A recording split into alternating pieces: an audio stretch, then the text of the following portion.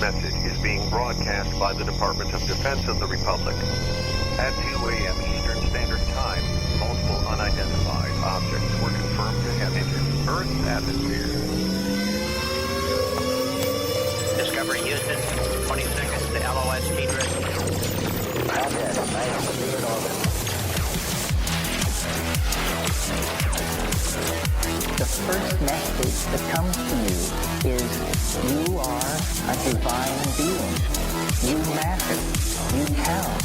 You come from realms of unimaginable power and light, and you will return to those realms. The vast stretches of the unknown and the unanswered and the unfinished still far outstrip our collective comprehension. 5, 4, 3, 2, 1. Broadcasting from Forest Tower Studios, all the way from the Deep South. Now, here is your host, Joe Root.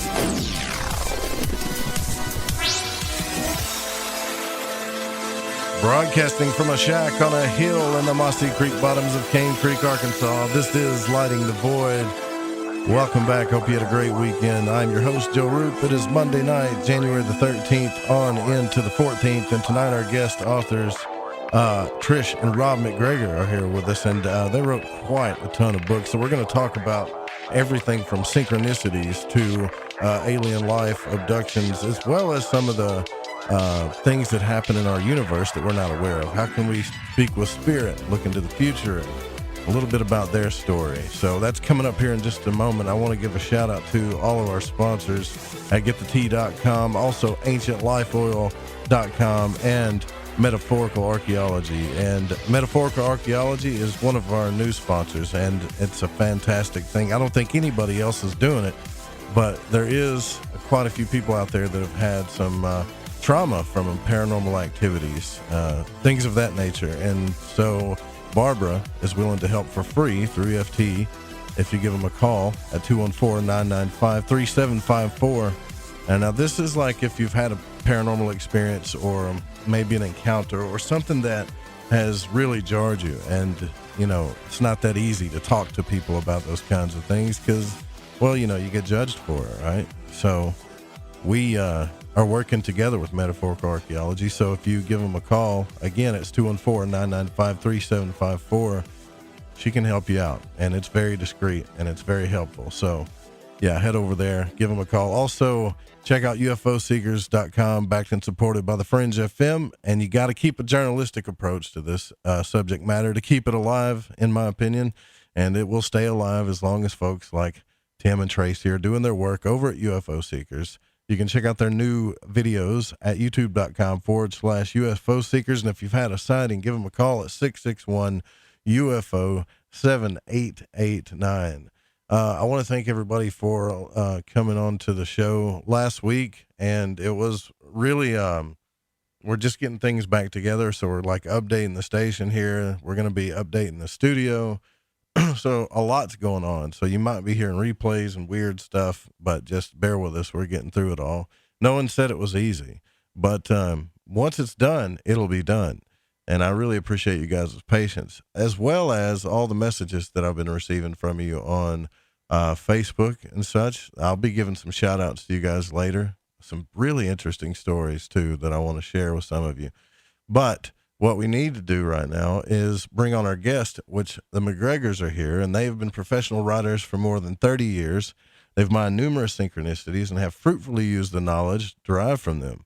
A synchronistic meeting on a flight back in the 1980s, for example, resulted in their leading adventures, tours to South America for Avianca Airlines, One synchronicity after another led to their many nonfiction books on dreams, psychic development, astrology, yoga, the tarot, divination, and animal symbolism. In 2003, they took over the writing of the popular Sydney Omarr astrology series. They're also novelists. Rob wrote the Indiana Jones and the Last Crusade novel. Pretty interesting. As well as 6 other original Indiana Jones novels, which have sold millions of copies, and he won the coveted Edgar Award for Prophecy Rock. a YA mystery, and its sequel, Hawk Moon, was an Edgar finalist. Trish, writing as T.J. MacGregor, won the Edgar in 2003 for Best Original Paperback for Out of Sight. Her 42 novels have been translated into 20 languages, and the most recent, Apparition, written as Trish J. MacGregor, was the last in a trilogy that began with Esperanza, The Ghost Key, all three published by TOR Books, and her most recent novel, And You Are Mine, published by Crossroads Press. You guys, hey, welcome to Lighting the Void. Man, you guys are killing it with the writing, aren't you? That's impressive. Well, We've been busy. yeah, it helps being old. We've been around a while. You know, the Indiana Jones series is like one of my favorites too. So like being able to expand on that is pretty cool as well. And I've noticed you guys I even have a few of your books, I think on Audible, actually, like Aliens in My Backyard. That's you guys too, right? On Crossroads Press? Right. Right. Yeah, that Aliens in the Backyard was a lot of fun and really interesting to write. That was... Yeah, we always wanted to write a book about aliens and UFOs, but we never knew how to get into it, the hook that would make it different. We just didn't want to research old stories that have been written about over and over again, and it wasn't like we were going outside and meeting aliens or seeing UFOs. We wanted to, but... But then, through synchronicity, we came in contact with a man who had that very experienced and very unusual experience, a Canadian man, and that led to writing the book. Well, wow. Yeah, that's incredible. You know something too? I've been reading a lot of Carl Jung here lately, and it's funny that you guys you're talking about synchronicities. I'd like to hear what happened, and back in the 1980s. Is this kind of like how you guys met on an airplane or something? Is that the story? Well, no. The way we met was a lot more grounded. I was teaching English to Cuban refugees, the Marielitos, who came to South Florida in the early 1980s. And Rob was a journalist who worked for a local newspaper, and he came to the center in Fort Lauderdale. This is a government program that had been set up at Florida International University, and they had different centers around the state. And he came to see if they were actually learning English. So that's how we met. Oh, yeah, okay. And so I it just seemed we just seemed to hit off well, and she invited me to come back to speak to her class, and I about my travels in South America and Central America, and I did that, and unfortunately, none of them spoke English, and my Spanish was not that great, so Trish had to help me out. And then from afterwards, she said, "Hey, do you know what synchronicity is?" And I said, "Yeah, I've heard of it. I'm not really sure exactly what it is. Something about coincidence." And that was just how we met. And within a few months, we were trying to write a book on synchronicity, but we just didn't have the wherewithal, the knowledge to do it at that time. We wrote something and it didn't sell. But we later came back to it in a big way and have been writing about it ever since, among other things. Yeah, you guys have written about quite a bit, and which is like I said, it's impressive. But your website, I think the one that got my attention the most was Synchro Secrets. Where you talk about secrets of spirit communication and seeing the future and stuff like that. That's actually the blog, blog.synchronicity.com. That's your blog, That's where we post nearly daily synchronicities and secret, stuff about our books and stuff that interests us. Well, just talking about synchronicity, it seems like you hear that a lot, right? Like everybody talks about synchronicity, like, well, it's just a coincidence or a thing like that. But when it happens in certain ways, it's hard to convince others that it's not a coincidence. It's kind of tricky how it happens, right? Because like it happens to you, and you know that it's real. Right. You know something's going on. Yeah, but when you explain it doesn't pan out that way, And that's the whole thing with synchronicity. I mean, even Jung said this, that it's meaningful to the person who experiences it.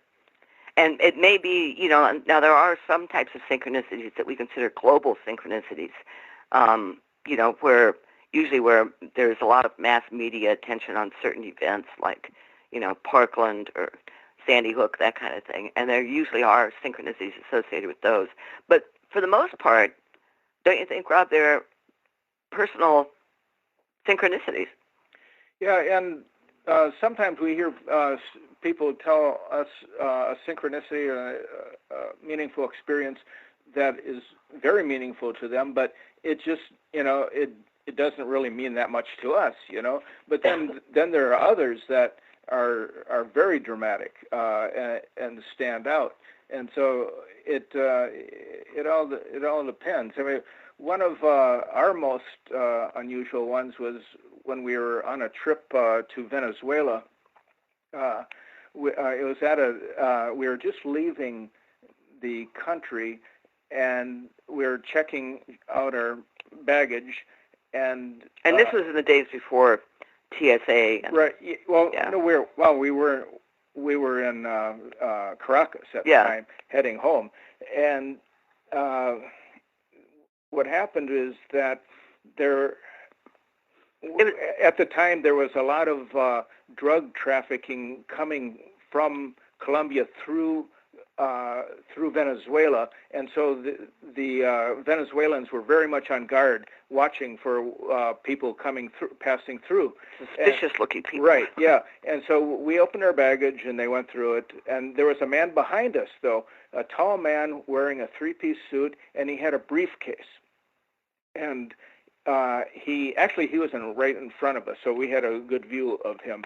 And they said, "Open up that briefcase." He laid it on the table, slowly unlocked it, unlatched it. And now understand, there were a lot of soldiers standing around with machine guns. With machine guns, these little submachine guns, and they're leaning forward, looking as he opened it up, and there was only one thing in that briefcase, and it was a book called Fevered that Trish had written, and she's standing right behind him. But I'd written it under a pseudonym. Yeah. So it wasn't even like I could say to him, "Hey, that's my book," Well, it wasn't a circumstance where we could even talk about what was going on, but we just stared at that. But it was just so startling to us that the only thing in there was a book, and it was written by Trish. And he closed it and walked off. We never saw the guy again. Yeah, I don't know if I'd want to. You said the guy was carrying a submachine gun? He had a submachine. No, all the soldiers. No, the soldiers were. Oh, okay. He was just a guy with wearing a suit and a briefcase, and that was what was in the briefcase. And And the title kind of described the whole environment. Yeah, the whole sense was everything. It was a very fevered environment at the time, right there. And, wow. So that was like a double synchronicity. So you guys still get quite a few synchronicities now that happen in your life? Yeah, we do. Yes, we do. I just had one while I was, getting ready for the interview probably about an hour ago. This is my latest synchronicity. So I'm looking at this book we wrote a number of years ago called The Synchronicity Highway. And I noticed there is a chapter in it that is called critter synchronicities, about synchronicities with animals. And I noticed there was one about flies, and I was thinking, what did we write about flies and synchronicity? So I turned to it and was reading it, and at that time, just as I was reading it, a fly comes zipping right past my nose. So, oh wow! So do you guys know all the signs? Like yesterday, I had a feeling like a bird flew out in front of my truck, and I ran it over, and it's weird. Like there were no birds anywhere. This wasn't even this was at night. You usually don't see birds at night here when it's raining. And it was like the night the studio flooded, and a bird it's like it waited right until I got up to it and then flew out, in front of the truck, and I couldn't help but hit it. And, deep down, I felt Did that happen before or after the flooding? I believe before. Yeah, before. Uh-huh. See, yep. And so I was actually reading this was last Friday night. It was really creepy, man. I got to tell you, I was reading some stuff from the Red Book by Carl Jung, and the storm blew in and lightning hit outside the shack. And then limbs started falling on the shack, and then it started flooding in here, and I was like, okay, this isn't going to last, so we tried to do a broadcast that night, but things just went south. But it was so crazy that all the listeners were just most of them were just kind of waiting around to see if I was going to come back. And I mean, Jung tells some creepy stories in the Red Book too, because he's really going down and doing some dark work in his psyche, So. Well, I think the fact that you hit the bird before all this happened was that was precognitive. Is it like a warning sign, right? Like, hey. Yeah, exactly. Warning, right, yeah. Exactly. I had a synchronicity the other day. This is a couple weeks back. I was coming back from a friend's house, and there was, I believe it was a crow that somebody had hit, and this road was not well traveled, and it was still alive in the road. And I thought, oh my God, do I stop? What do I do? Do I save the crow? It just completely freaked me out. I kept driving. And I thought, this is not a good sign. There's something here that's going to go really haywire. And sure enough, that night we had the worst radio show we've ever had. So, I mean, that was a sign. Maybe it would have been different if I had stopped and either put the crow out of his misery, which I couldn't have done, or at least helped it and rushed it to the vet or something. I don't know. Well, yeah, I mean, sometimes we get called to do things and we don't listen, and I think we should. Right. I think we should. I agree. We had another one, synchronicity with a crow. We had we were traveling to Key West, or attempting to travel to Key West, but we ended up going on the turnpike entrance in the wrong direction. And what happens, we had to make a U-turn, find the next exit and turn around. And so as we're finally finding our way back into the turnpike after turning around, a crow comes sweeping across the turnpike in front of us and then turns around, makes a U-turn. And that's exactly what we had just done. It was kind of like a trickster synchronicity, and which crows are known as trickster animals. Man, I don't see, and that's sometimes I wonder, like, why, what we should be paying attention to and what we shouldn't be paying attention to. It's like, what's the deal? Yeah. How do we know? And I think there's usually like a gut feeling, right? Like something that tells you. Yeah. Yes. Yeah. I think so. Yeah. Oftentimes with synchronicities, there is this feeling that goes along with them. Like a number of years ago, I used to be a big windsurfer, and we had a lake nearby where I would go out sometimes, and it was a really windy day, and I got out, and I was very anxious to get out, and I forgot to take my billfold out of the pocket of the shorts I was wearing, but I wasn't sure that that's what happened. But when I came in from windsurfing, I didn't have a billfold, and I couldn't find it in the car, I couldn't find it in the house, and it was gone. But I just refused to give up on it. I didn't start ordering new, canceling my credit cards or ordering a new driver's license. I just said, that billfold, I'm going to find that billfold. That billfold is going to come back. And Trish said, it's in the bottom of the lake. Probably you lost it in the lake. So I think 3-4 days later, I get a telephone call, and it's a guy says, hey, I was out fishing with a net on this lake, and I pulled up your billfold, and I'm glad I'm talking to you because I thought your body might be down in the bottom of that lake too. So I'm glad you're alive.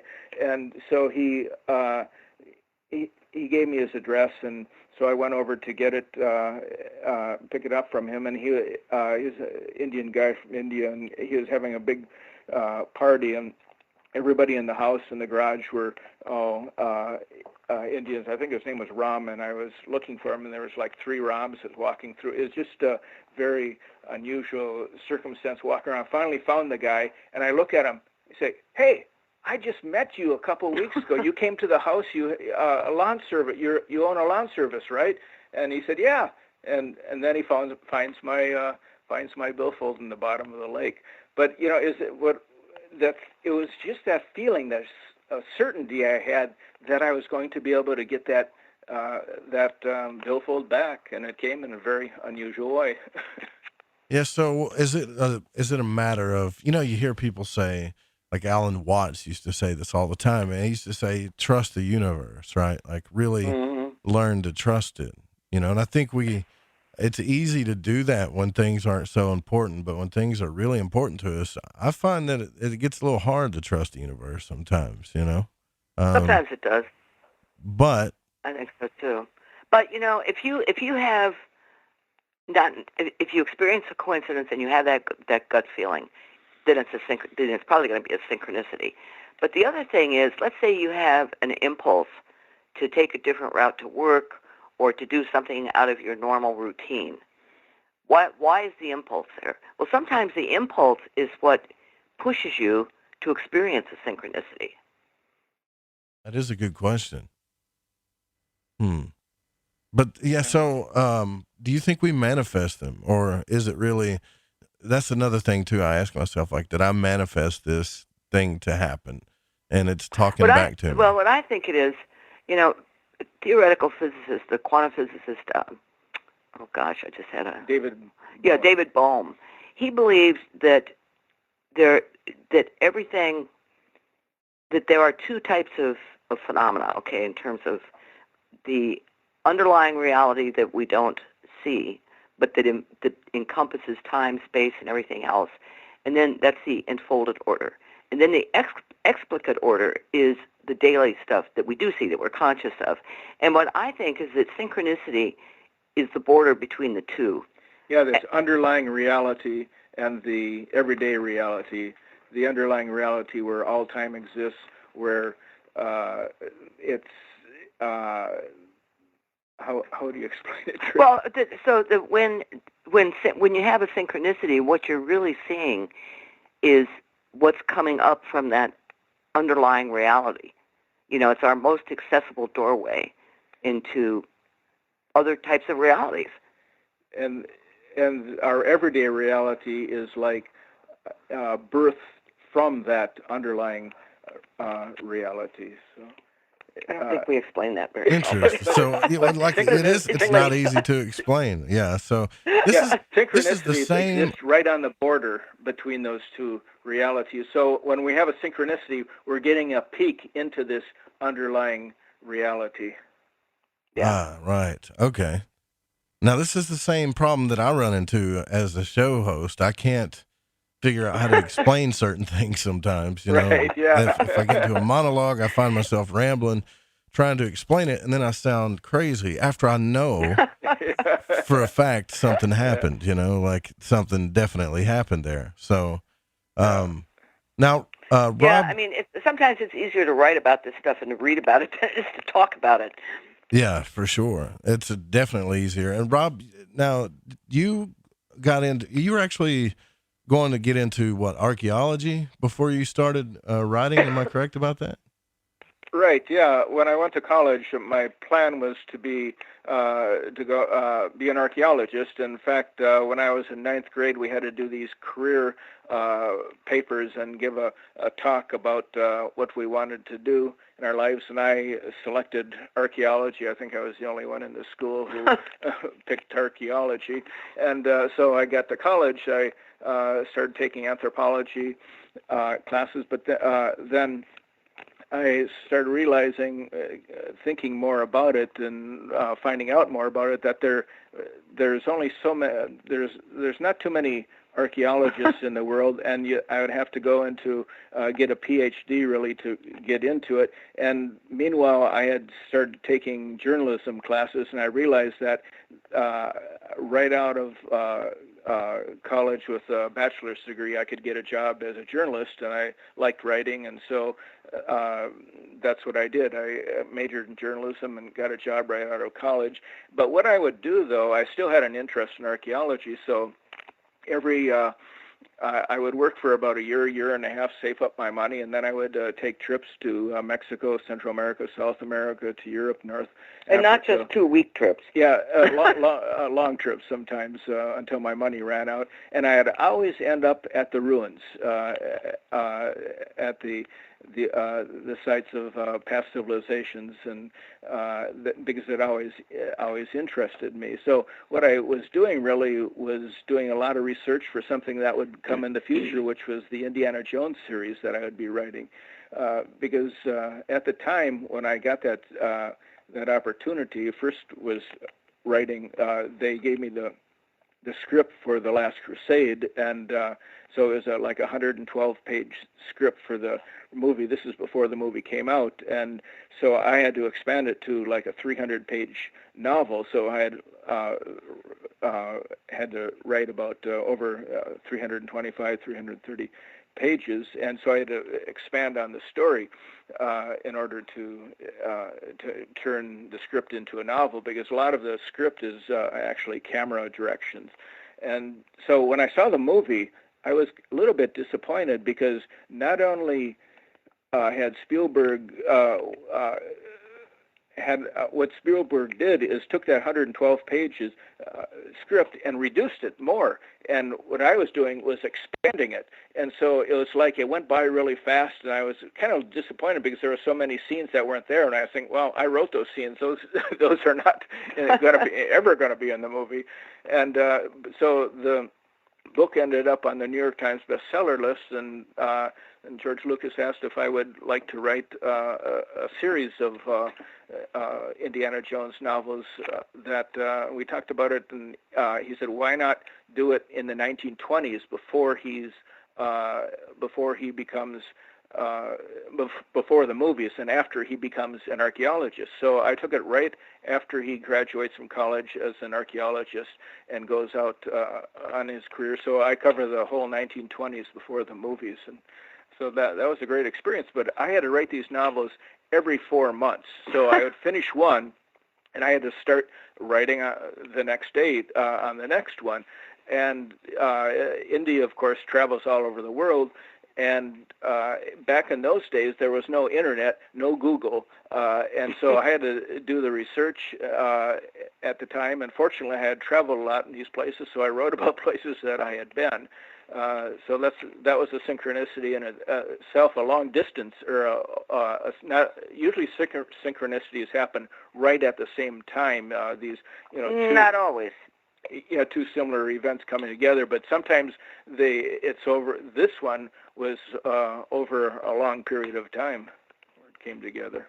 There must be a fascinating life, you two, that writing together and stuff like that. Seriously, though, it makes me think about it. It's probably pretty cool. We've been very lucky too, but we write a lot. Yeah. The thing about writing as a career is you have to have the interest.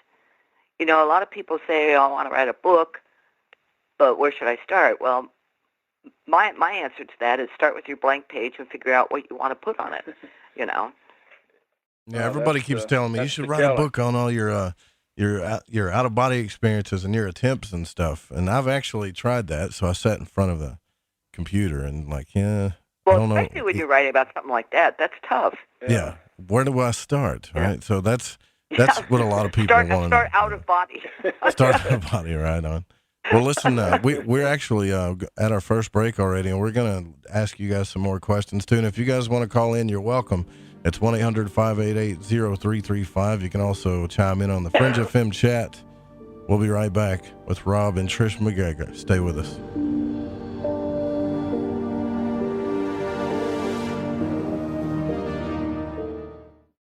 This is Corbin, son of the one and only Joe Root, and you're listening to The Fringe FM. I think by now we can get the information. I love magic, and on Lighting the Void, each and every week, you will get to hear shows about magic, mysticism, and many other subjects that stretch your mind and imagination. So when I got my mind on the magic and the magic on my mind, I listened to Lighting the Void on the Fringe FM. It's magic. May the gods look with favor upon you. You're wondering what we're going to do to you, aren't you? We all have that story to tell in our lives. The winds were howling, the ground shook, you could hear rushing water, and then history repeats itself. When there's no power, refrigeration fails, stores with their shelves strip bare, ATMs can't operate, deliveries stop. Then what? These events can last days or weeks. You need a plan. In statements made during recent interviews, FEMA Administrator Brock Long has repeatedly urged all Americans to understand three truths. FEMA is broke, the system is broken. If this is the new normal, Americans can't rely on federal cavalry when disaster strikes. Don't get caught out in the elements empty-handed. Prepare with us by going to preparewiththefringe.com and get your 2-week food supply. 92 servings, 8 food varieties with 25-year shelf life. Normally $137, now only $75. Or get a month's supply, normally $247, now only $147, shipped in one business day. Just go to preparewiththefringe.com or call 888-440-7931. That's 888-440-7931. Get this great offer and be prepared while it lasts. Okay, here we go. AncientLifeOil.com. AncientLifeOil.com. Now this is for CBD. AncientLifeOil.com. Again, for CBD. Where do I get CBD? AncientLifeOil.com. It's pretty good stuff. Organic, non-GMO. We are the Ferrari of CBDs. AncientLifeOil.com. You know, they say when you mention a person's name 3 times when you first meet, that you're going to remember. So I'd say to you, nice to meet you, AncientLifeOil.com. It's AncientLifeOil.com, right? Nice to know that you help people. AncientLifeOil.com. Think about this. Occasional stress, occasional anxiety, occasional inflammation, occasional stiffness, and intruders that get you down. AncientLifeOil.com. Okay, so I'm going to give you a fact for the day. So Ancient Life Oil does not help you with business deals. Hold on a second. If you feel better, it could help you make a better decision. Okay, I'm wrong. Just remember to go to AncientLifeOil.com. This is Barbara Charlton from Metaphorical Archaeology. If you've ever had a traumatic paranormal experience, the effects of it may stay with you for years. Who do you talk to? You can't go to conventional help. What we do is we use emotional freedom techniques or tapping to actually neutralize the effects of that event. Maybe when you tell the story now, your heart races and your palms get sweaty, you don't even want to think about it because you don't know how to neutralize that. That's what EFT tapping does. It neutralizes those emotions. The circuit that was recorded on is gone. The energy flows freely and you're free of it. And that's what emotional freedom is all about. We offer this as a pro bono service, but this is something that I offer because no one, it seems, is helping people with these experiences. If you'd like to reach me, it's really easy. My cell phone is 214-995-3754. Please leave a message. I will get back to you as quickly as possible. Or you can email me, barb.eft@gmail.com. And EFT stands for Emotional Freedom Techniques. Reach out to me. It's confidential. This works. You won't believe the results. All right, everyone, this is Justin from the UK. Excuse the chitty. If you're into the fringe and you want to hear the brass tacks, me old China plate, Joe Roop and his guests on Light in the Void will open your mince pies. You need to shut your northern south and use your 10-speed gears and listen to them bubble. You could hear a Barry Crocker, no Brussels, but he ain't no holy friar. Anyway, you beat a Barnaby Rudge and take a butcher's.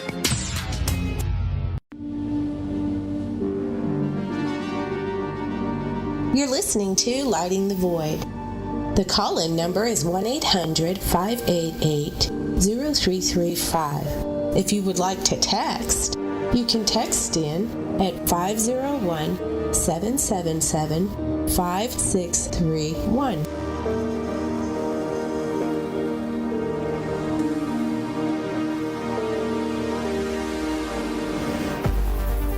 Welcome back to Lighting the Void. Thank you for joining us tonight. I really do hope you had a great weekend. I know the planets are shaking a lot of people up, and I won't want to talk about that in the third hour. But tonight, our guest is Trish and Rob MacGregor, writers, authors. You know, when I say writers, that's an understatement, man. Like, if you guys really look about how many books you guys wrote, it's incredible, man. And you guys seem happy, like you're still doing the thing, you still plan on writing. Like, there's a lot of people, honestly, and I'm just being honest with you, that would love to live the life that you guys are living, to write about these subjects, to talk about the experiences you had, even break into the the fiction world when it comes to writing about these things. And do you think this has something to do directly with both of your spiritual journeys? Oh, definitely. I'm sure it does. For a while, when we were doing the astrology books for Sydney Omarr, we had to do 13 books a year, one on each sign, and then a general overview. Plus, we were writing we both had other books we were writing too. So we're kind of nuts. Yeah. So we did that for 10 years, doing the Sydney Omarr astrology books. But that was, actually like a part-time job because we had our other things we were doing at the same time. So, it's I suppose, we had to kind of give up some things too to follow this life. We had to, people thought, well, you can't make a living as a writer. You think you're going to be a writer? Come on, and it just kind of write you off, and so we had to lost friends. We had, had to go into debt, and we just quit our jobs with $5,000, and just decided we were going to be writers. And that's amazing. Well, no, I had written 6 novels. Yeah, well, Trish had written unpublished. Trish had written 6 novels, and none of them had been published though. And so when I met her, she showed me the 6th one. I read it. She called it 9 Steps to the Roses at the time. 9 Strides. 9 Strides to the Roses. Awful. Okay.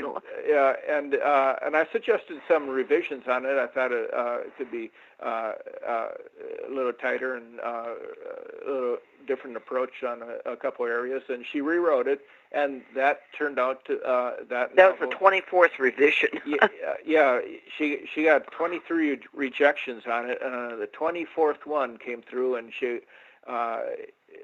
sold it, and so that's how we started out. And also at the time, we got a nonfiction project for a CEO in Washington, D.C. to write a nonfiction book. And so with the sale of Trish's novel and the ghostwriting project for this guy in Washington, D.C., we just quit our jobs. And my teaching certificate lapsed. I've never renewed it. Yeah. I just shut the doors. I didn't want to teach anymore. But what we started out was just writing, besides those 2 books, just writing magazine articles and trying to make a living as freelance writers. And that was very tough. I mean, we were selling articles, but the pay was very low and very slow, and that was tough. So like after 4 months, we were out of money, and we both took part-time jobs for a year.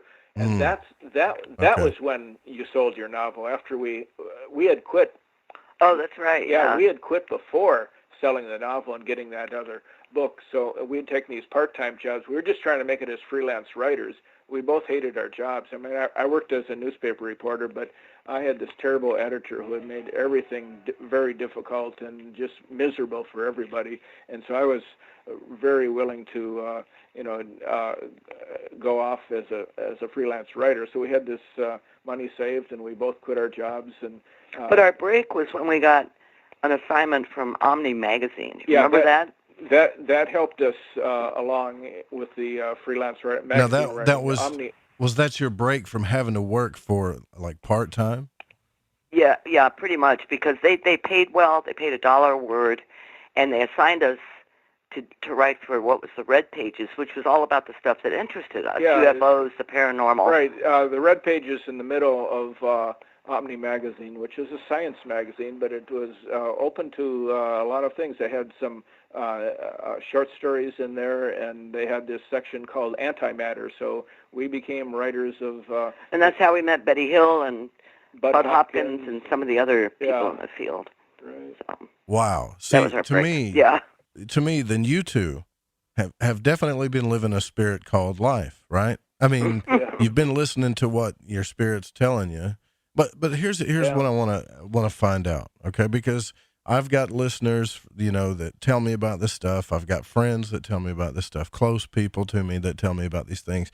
They want to do this kind of thing for a living, and they know that spirit is calling them to do it, but they have bigger fish to fry in their life. In their mind, it's bigger fish. I don't think anything's bigger than what your soul's trying to tell you to do. However, like if you've got kids and a home and, this kind of thing, it becomes painstaking a little bit, Well, also, I mean, you have to, it's definitely, I'll tell you, the whole thing is that fear is a huge inhibitor.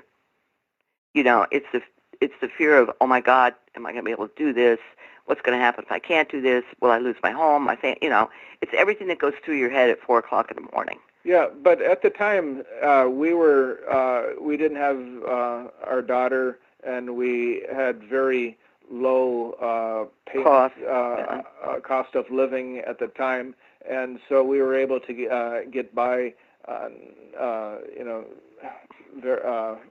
very, very easily. So we didn't have to make a lot of money right away, and but it still is challenging.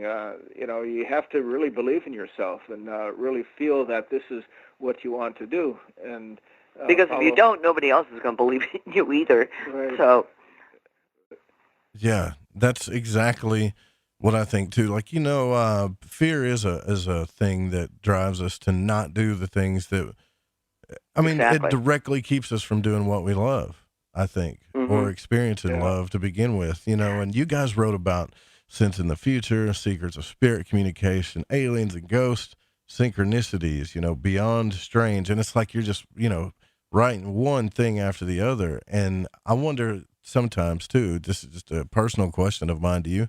Is it the tenacity? Is it the fact that, I'm just going to keep doing this? Or are these actual people coming to you wanting you to write, like, pre-contracted books?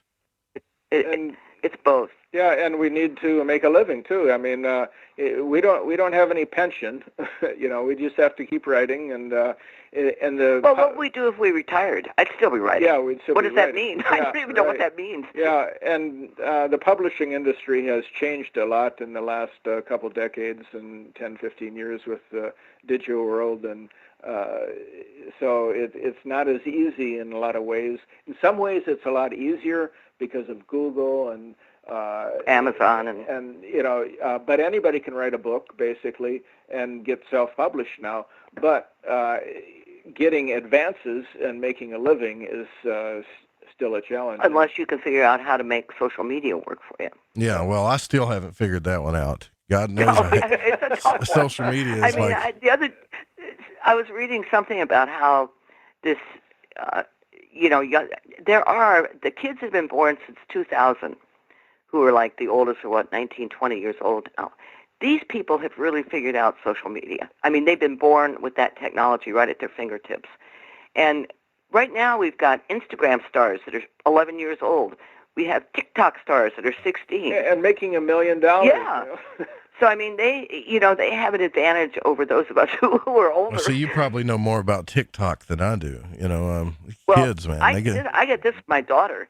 She said, hey, Mom, download TikTok. So I downloaded TikTok, and I laughed for about 20 minutes because of some of these weird things that are on there. But I don't know. This 11-year-old, I think it was a 16-year-old kid who did this, made it because of his music. So in a lot of ways, what they're doing is they're bypassing all the standard managers, publicists, publishers, all the people that are usually the standards that you have to get through to get your music or your movie made or whatever it is, by going directly to social media. So they find their audience or their audience finds them. Oh, okay. See, you're just putting it all out there. I wanted to talk about spirit communication and stuff and everything, but it's like, I don't know. I'm fascinated with anybody that's living a life of doing what they love for a living. That's not, there are so many people that want to do that, especially nowadays. And it's like they don't feel like they can. However, if you do look on, like you're right, social media and YouTube and stuff, there's people that are just killing it, doing what they're doing. Cat videos or whatever, and just making millions of dollars. But, so you wrote this book. All right, let's get into some of this stuff here. Right. So you wrote this book, Secrets of Spirit Communication, Techniques for Tuning In and Making Contact. And I mean, this is just one of many books, but this one caught my attention. And, you talk about how they communicate with us every day, but we're not tuning into them. And that it goes along with synchronicity. Can you explain to me how spirit communication and synchronicity work hand in hand, or maybe give me an example? Sure. I mean, Jung was actually the one who lumped all of these things under synchronicity. This is not original to us by any means. But usually with spirit communication, we found that there is some type of synchronicity involved or that triggers it. I'm trying to think of a really good... Oh, I know. Okay, here's one. This happened to an Australian blogging friend of ours. He had a black and white tuxedo male cat named Sylvester. And Sylvester always liked to sleep in the road in front of his house, so it wasn't surprising when one day he was killed by a car. The woman who hit the cat moved the body from the road to a footpath that led to the house, and Darren and his wife didn't discover the body until they'd come home from dinner. So the next day he goes out to bury his beloved cat, and he's got a shovel and he starts digging in his backyard, but the ground is so hard he couldn't dig a hole through the rock. So he took it out into the woods, and while he was burying his cat, he was sad, and so he turned on his car's radio. And when the hole was deep enough so that wild animals couldn't get to Sylvester's body, he placed the cat inside and said his goodbyes. As he shuffled over to Sylvester, the radio started playing Peter Gabriel's Digging in the Dirt. Oh, now, wow. what are the odds of that?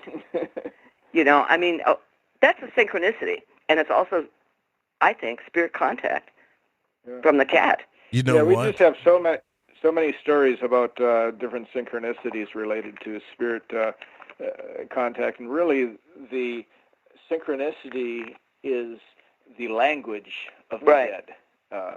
That's really the way we look at it. Like white feathers coming down, a white feather floating down in front of a couple who daughter had died, and that white feather had been symbolic of their daughter, and it happened repeatedly to this British couple, Mike Perry and his wife. And it also happened at other funerals, where, remember the one where he buried his friend at the funeral and a white feather was floated down onto the coffin? Yeah. I mean, it's stuff that's so outrageously weird. Yeah, well, you know what? Really it happened to your me attention. last night watching a movie. It was just one of those nights where, like, I just want to watch a movie. I don't care which one it is. Oh, that's a good movie.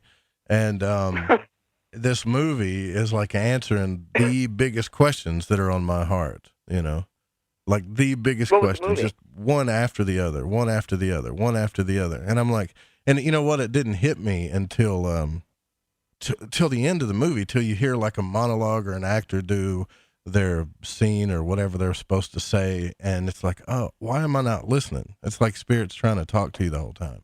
And mine was a little bit more personal. I was watching Hitch because I'm a big fan of Will Smith, and Will Smith it's funny too, because today I put Will Smith put out, he has this video about what love is defined as, and I thought, well, that's, that makes sense, right? So I put that on, and this is where I get hung up with social media. So I put this video on social media, and I want to share it with people because you guys were talking about astrology. I can tell that a lot of people, just based on what they're saying and their memes and all the stuff, that these planetary energies are doing things to people, and in a lot of the same ways. And so I'm like, well, maybe I should be part of the solution here. And I put this video up. Well, as soon as I put the video up, I felt good about myself. I was like, good, man, maybe people will get this message. And immediately they're like, oh, Will Smith's a Scientologist, like throw everything out he says because, he believes something that I don't or something. I was like, man, you can't win on social media sometimes, Yeah. Well, also, when you have an experience like that, I've had several, it really does kind of sour you on whatever social media you're using. You think, oh, wow, this is a really good synchronicity, or this is a really good thing to put up. Yeah, and 55 people say, ugh, Yeah, right, yeah. Yeah, so, but at least, you just got to take the good with the bad, I guess. But, well, you got to hope that at some point, We've gotten some really odd emails from people who, like, after we went on Coast to Coast, we got a couple of emails from a guy who had, remember this, Rob, who had an abduction experience or met aliens in his basement or something, and it was so negative that he stopped writing you. Right. Yeah, vaguely remember that. We've had some unusual contacts over the years, and sometimes, we just always, let people tell us, we try not to be judgmental, where skeptics would just, blow people out of the water, say you're nuts, and we give them the benefit of the doubt and listen to them. But and that's really how our blog started. Yeah, the people who initially came on were experiencing these things, but didn't have anybody to talk to about it.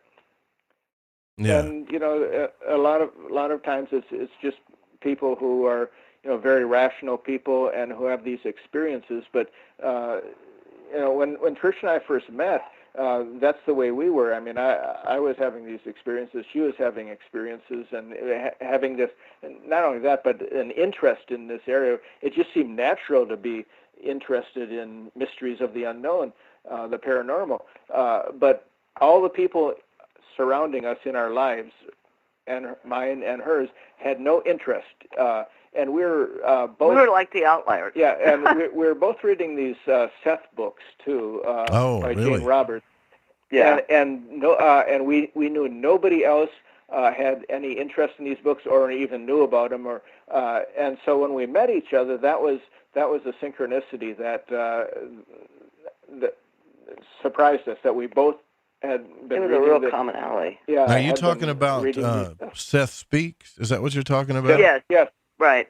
Yeah, that was the first one. Seth. She did 20 books with Seth, and so that was something that just resonated, and so suddenly we both found somebody who had similar interests after we had been quite isolated in this part of our lives.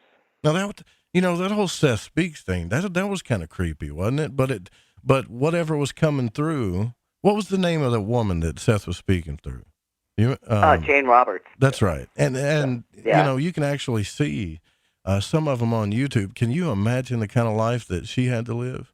How much? Oh boy! I mean, I bet people picked on her left and right. This was early on. on. This is like in the 70s, the 60s. 60s. Yeah, late 60s. 64. Yeah, I think was when she But the material that Seth provided really resonated for me. And me too. I had never read anything quite like that, but I found it really, really fascinating, and it just resonates with what quantum physicists have been saying in recent decades. Right. About it sure does. About reality. And that was coming from a channeled source, and she wasn't a scientist by any means. So, well, you guys sure do make a good couple, man. I got your pictures here, and I was like, oh wow, this is cool. And then as soon as I saw, when Pacha was telling me about who's coming on this week, as soon as I saw the name, I was like, I've got one or two of these books. I know I do. It's like I think everybody has one or two of you guys' books, right? We hope so. Yeah. So you have been a success, right? You guys. So let me ask you this too. Do you think that you would have been a success without each other? As big a success as you are? No, I don't think so. I think it's really required, because working as a writer on your own is difficult. Yeah, you're really isolated. And we have a community of two, working. And I'm her editor, she's my editor, and we bounce things off each other. She has certain strengths, and I have certain strengths, and we kind of balance things off. And now our daughter is just finishing her first novel, but she's also an artist, so that's how she makes her living until she sells her first novel. Oh, that's so cool. That's really cool. I mean, she's really funny. She grew up, and she remembers she had visited some friend of hers, and she goes, And her mom, she says, Mom, her mom cooked. And I said, well, I eat and clean up. I said, your dad is the cook in this family. And she goes, well, how can that be? Yeah, she also grew up with seeing her parents at home never going to work, and then she finds out that parents leave in the morning and go to work, but we were working, but we were just our commute was like 20 feet from the bed to the office. So, it was a different lifestyle, and she realized that after she got out of college and started working jobs, she says, I like the way you guys are living. I don't like this getting up at 4 o'clock in the morning. She was working at Disney World at the Epcot Center with dolphins, which is a cool job, but she had to, get up very early. And had all sorts of rules that you had to... All kinds of strict rules, and... so she decided to go off on her own with her art and shifted from dolphins to dogs. She has a dog walking business that she does on the side. She's got about 4 jobs. Yeah, right. Like a lot of kids nowadays, that it's not so easy to make a living if you're just getting out of college and you got a big debt. And unfortunately, she didn't have any debt. Yes. Well, I try to tell my son that, you need to make good grades and go to college and all that stuff. And he looks at me and he's like, "No, you don't." And I'm like, "What? Don't fight me on this, right? You need to make good grades." And he's like, "Yeah, well, you're doing this." And I'm like, "Yeah, son, but I'm scraping by here, son." And he's like, "Well, what about all the YouTube stuff and just like what you guys are saying?" And I said, "Well, hold on now. You're not doing any of that stuff, but you got to have a plan B. This is something. It's almost like when I'm giving my son advice, I realize that I didn't take my own advice, So, that's a perpetual circle that never stops, I think. Kids don't listen, and later they wish they kind of would have, I think. Yeah. Well, I'm also an astrologer, so I do workshops, and Rob is a yoga and meditation teacher. So, we have other sources of income, too. It gets us out of the house and just doing different things, too. So, yeah, I've been a yoga teacher for, I realize now it's... from 1992, almost going on 3 decades now.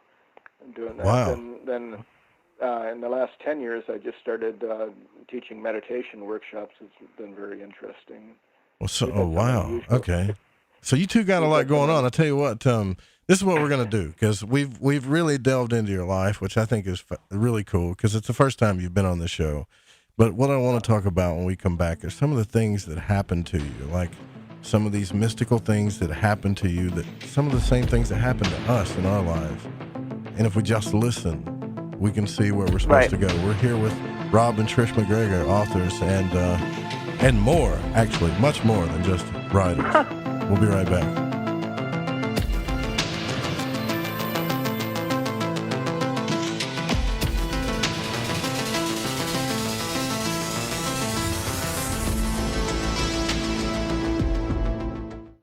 This is Crow 777, and you are listening to The Fringe FM. You can tug all day long on a carpet that's been glued to the floor. Then you hurt. There are many strong glues out there. Let's see, there's liquid nails and Gorilla Glue. You ever try to remove 3M 5200? That adhesive is strong. Then there's bathroom caulk, silicone rubber, adhesive tape, super glue, flex tape, and stickers. Graffiti. Scientists have come up with glues that stay stuck and can't be removed. Until now. Until Handyman Formula by Bond. That's right. 95% of adhesives become unstuck when you spray Handyman Formula directly on them. Just spray, wait a few minutes, and remove. It's amazing. Most adhesives become unstuck when you use Handyman Formula. Visit DeBondCorporation.com or MCMaster.com. Call 561-575-4200. This stuff really works. Handyman Formula by DeBond, a great Christmas gift. Why is it we're not very good with our health regimen until it's too late? We don't put oil in the car until the engine blows up. When the body's out of balance, your health is not so good. Give your body some love. Log on to getthetea.com. That's getthetea.com. Try our Life Change Tea, which cleanses you from harmful intruders.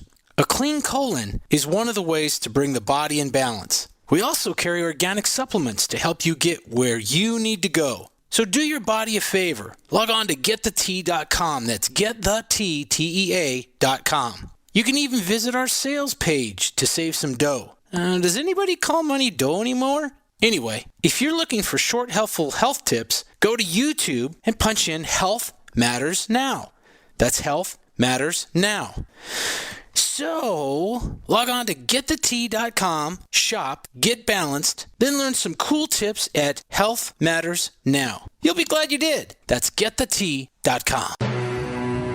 I'm Ryan Gable, and I want to remind you to keep your radio, phone, tablet, or computer tuned to The Fringe FM, and visit the website thefringe.fm to listen to the entire lineup of shows. You can also catch my broadcast, The Secret Teachings, Monday through Friday, beginning at 12 a.m. midnight U.S. Pacific Time, right here on The Fringe FM. Alex X. Hi, I'm Alex Exum, and you're listening to The Fringe FM. OMG! People are jumping on board to the Life Change Tea Regiment. Brew, steep, and drink for a gentle, taste-great cleanse. It's changing how they feel. See what everybody's talking about. Log on to getthetea.com. That's getthetea.com. Life Change Tea aids in digestive slowdown and helps people get moving down a healthy path. We won't make claims. We'll just let you decide. Experience is much better than a commercial anyway. If you want results, log on to getthetea.com and purchase your super strength cleansing tea. You won't be disappointed. And if you're looking for some mind-body suggestions, go to YouTube and punch in the search bar Health Matters Now. That's Health Matters Now. Put power into your health now. So, getthetea.com. That's getthetea.com for super strength tea. And YouTube, Health Matters Now. That's Health Matters Now for valuable suggestions. Getthetea.com. The tea that makes you go. This is Reverend John M. Polk. Please visit me at johnpolkmedia.com and visit my show, Quantum Hologram Matrix, 5 p.m. Pacific, 8 p.m. Eastern, every Tuesday on thefringe.fm.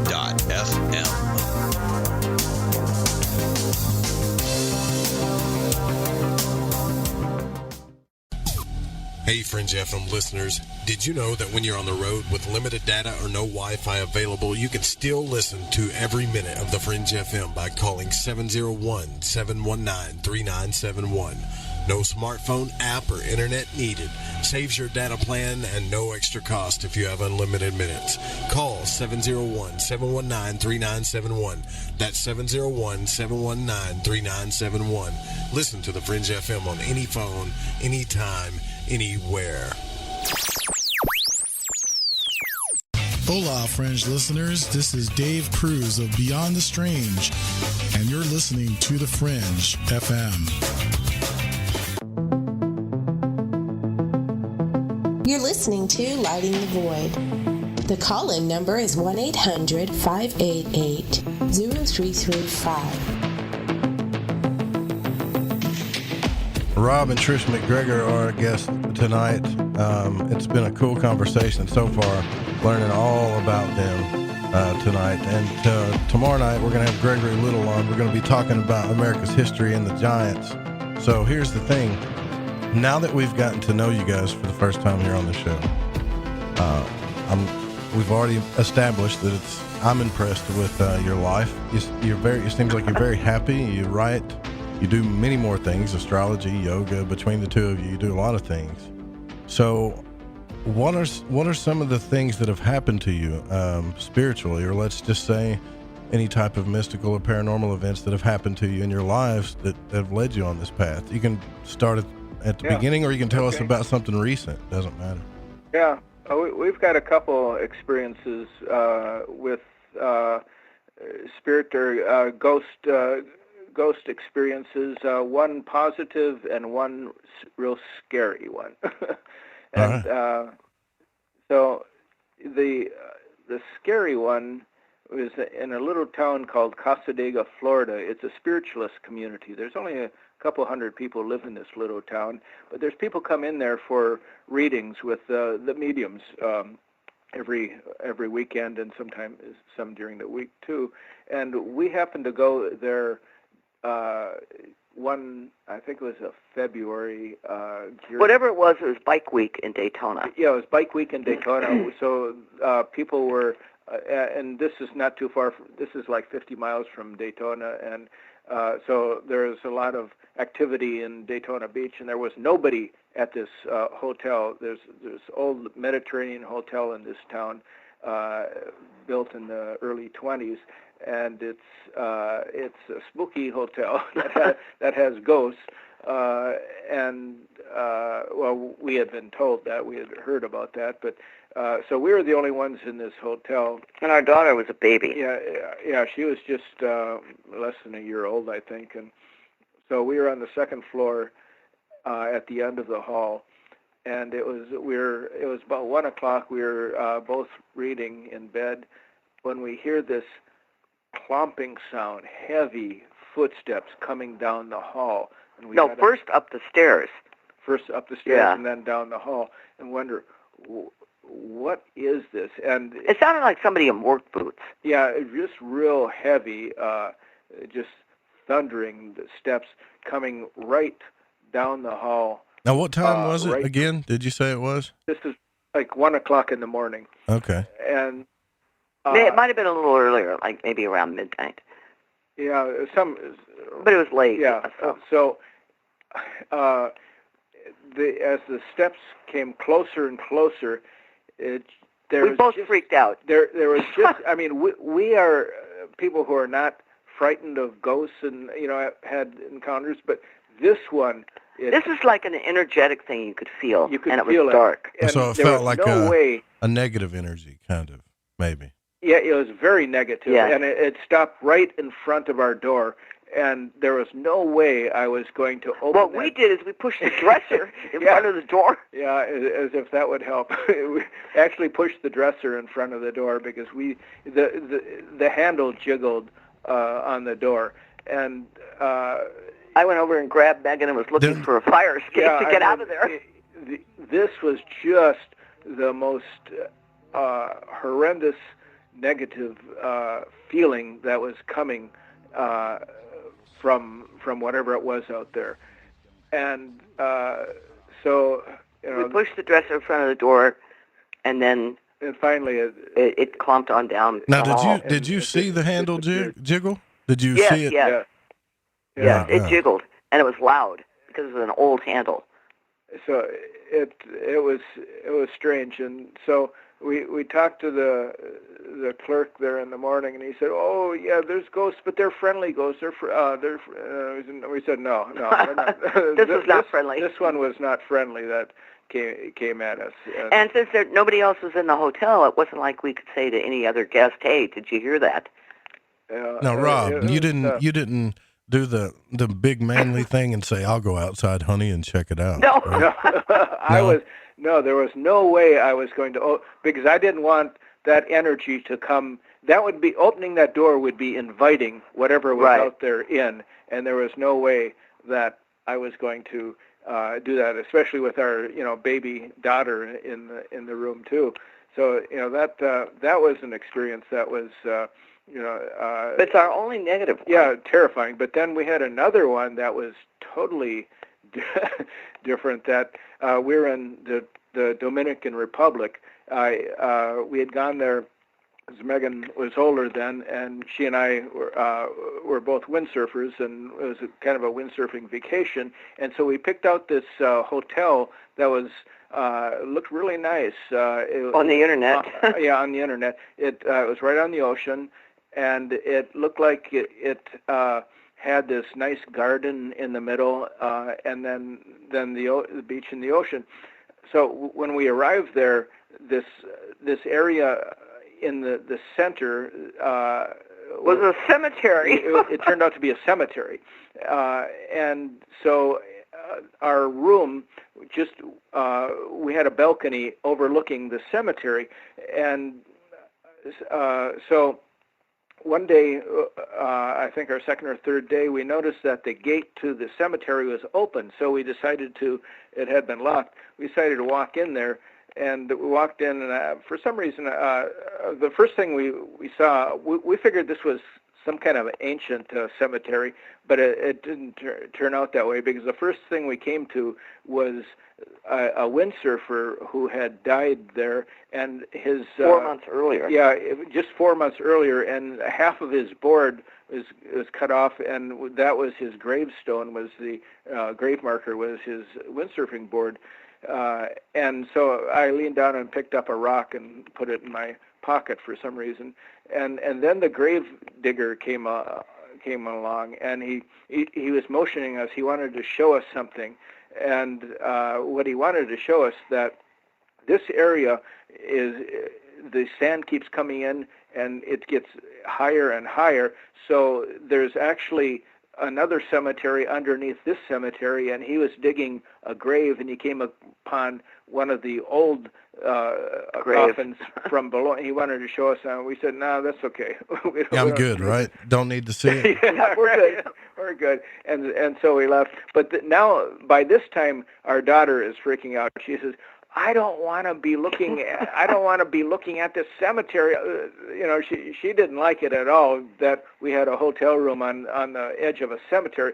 So we talked to the management, and so there was another building along the side of the cemetery that, and it was empty. And he said you could go stay there.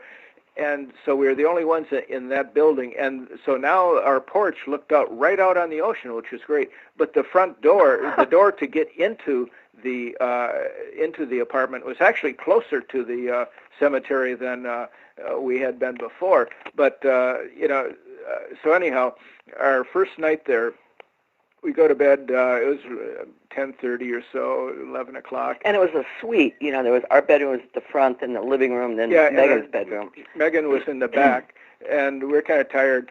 And so we go to sleep, and suddenly we hear I hear this sound like boom, boom, boom, like a wrecking ball hitting the side of the building, really loud. But it's like a dreamlike thing. Is this happening, or is this in a dream? And then I hear it again 3 times. Now, boom. Wait a minute. Boom, Were you boom. You with each other when you heard this? Mm-hmm. We were both. So we were if both, you're wondering, on that third, we were both sleeping. Then it happens a third time, and after the third sounds of the third sequence, we both sat up simultaneously and looked at each other. I said, "Did you hear that?"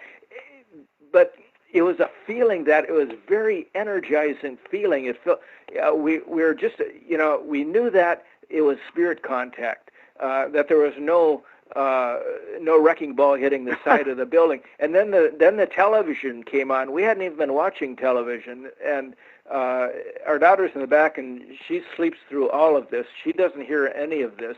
But it was amazing that we sat up simultaneously, and she had heard it, I had heard it. And we both had the same reaction. That it was not negative. Nothing it was negative, really energetic and positive. Yeah, and we're just very. It's just a great sensation of having had this experience, because we knew it was spirit contact. So we talked to the people, the management in the morning, and we were wondering maybe there was an earthquake or something, and that was what was happening. And they said there's nothing like that. And so I said, well, what about spirits? What about ghosts? Oh yeah, we have a few of those, but they're all nice. Right. But and then we figured out it was connected to the rock. That it might be, rock. Yeah. So I took the rock and threw it back in the cemetery. I think that might have been a connection point for us, or actually because we had expressed some interest, and we had walked into the cemetery too, and looked around. And now you two just told me you don't spook easy, but you sound like you sound like you're getting spooked. Like this did. No, spook not you. in this one. This really wasn't spooky. This was energetic. Yeah, it was. We heard it. This pounding sound on the wall. It sounded like on the side. It seemed like the whole building was shaking as it hit. But no, we weren't frightened at all. It wasn't like the thing in Casadega. No, not at all. We felt very energized from that experience. And, well, I would, I've been really wanting to take a trip, like kind of like a haunted road trip, and maybe do like broadcast that way. And I hear, that'd be great. Olaf from Paranoia magazine actually put a whole map of places in Florida that are haunted through there. Is Florida like a hot spot for crazy energy or what? Yeah, I think it is. Yeah, Casadega would be. I recommend. Start there. I recommend a trip to Casadega. Here's another synchronicity related to Casadega. Trish did a astrology. Was it an astrology or a tarot workshop? Yeah, it was astrology. Yeah, and so we were just leaving after the workshop, leaving Casadega, and she gets an email from Whitley Strieber. The guy who's known for the UFOs, and he writes us, do you know about a little town in Florida called Casadega? I've got this message that I should go there. And we said, Whitley, we're just leaving Casadega. I mean, it was so strange that he writes us and and it talks about the very place that we had gone. So we met him. Yeah, 2 or 3 months later, we met him at Casadega, and that was interesting. It really was. Time. Yeah, he's got a great site called Unknown Country. Yeah, Whitley, we've talked to Whitley on the show, and he's. You know what I found out about him? It was he's actually a big follower of, Gurdjieff and also the Monroe Institute. Yep. He really got into the out-of-body stuff, and I had no idea he was into that. And, you guys talk about, like, a lot of this stuff happens when y'all are together, right? So, I mean, have you two, either one of you had, like, an out-of-body experience where you've actually left your body? I have. When I was in college. Now, it involved pot, but what happened was, now that doesn't mean it don't count, but we'll take that into consideration. Exactly. We were sitting around the kitchen getting stoned, and there was a record player on with the old stereo, and the needle got stuck. And nobody wanted to get up and go into the living room to make the needle move. So all of a sudden, I find myself in front of the stereo, or whatever this old machine was, and I reach out to move the needle, and my hand went through the wooden door, or the door that enclosed it. And at that point, I realized, oh my God, I'm out of body, and I immediately was back in the kitchen. So it didn't last and I knew long, what right? Had happened, but you knew what but was it was up. just. What? So, well, you're saying it didn't last long. No, as soon as my hand went through the door, through the wood, I knew I was out of body. That's the same with me. I've had a couple, 2 or 3 experiences, but they're just very short. And as soon as I realize that I'm out, I just zip right back into the body, because I just... There's no sense of, I'm floating above my body and I know what I'm doing, nothing like that. It was just, I really wanted that needle unstuck, so it was a really powerful desire. And zip, I'm in front of the record player, my hand goes through the wood, and then I'm back in my body. Yeah, I did have one experience where I was out for a while, but I was out in the desert in the West, and I was with this group of people, and we were sitting around a campfire. He was on a vision quest. Yeah, no, this wasn't a vision. Well, this. Let me tell you what. I think you've heard this before, but so I was. One of the people was Carlos Castaneda, and he was talking about dreaming. And I had read his books, but I had never seen anything about dreaming in his books. And so I criticized him, or I said something about him that he took as a criticism, and he turned to me and he says, You're in 11th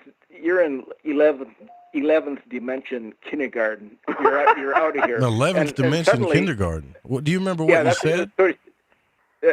I can't remember what I said to him, but he just turned on me, and he was very negative, and he said, "You're in 11th dimension kindergarten. You're out of here." And I'm in bed. I'm sweating. I sit up. How did I get in bed?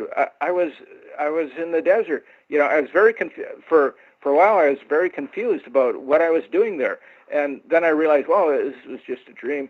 And then so like 3-4 months later, we're at a convention, a book convention, and I see that Carlos Castaneda has a new book coming out, and it's The Art of Dreaming, it's called. And I thought, wow. Yeah, Castaneda's got quite a few books. So you actually spoke to Castaneda himself, and he said the 11th dimension kindergarten. Kindergarten. Yeah, right. That was an insult. Now that is fascinating, because I didn't think that there were that many dimensions to begin with, right? I mean, how many dimensions can there be? I don't know. I mean, there's only. Well, tell them about. I mean, science is only talking about theoretically like 10. You know what I mean? Yeah. Or maybe 11. And this is kindergarten. Yeah. That's fascinating stuff. Yeah. So we wonder, is Castaneda really dead? You see, I don't know. Like, I've been getting into this alchemy stuff too, and I don't necessarily. I think there's something to this whole body transformation type thing that I do too. We're well, not that's basically out. What Jung talks about in his Red Book.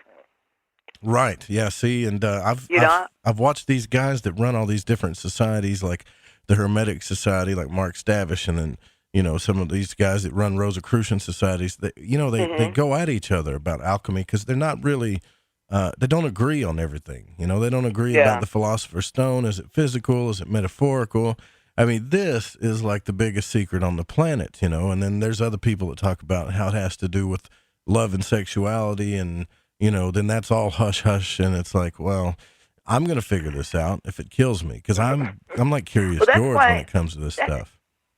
Well, that's why the Red Book, I think, is so important, because that took place for Jung over a period of about 20 years, and he thought he was crazy.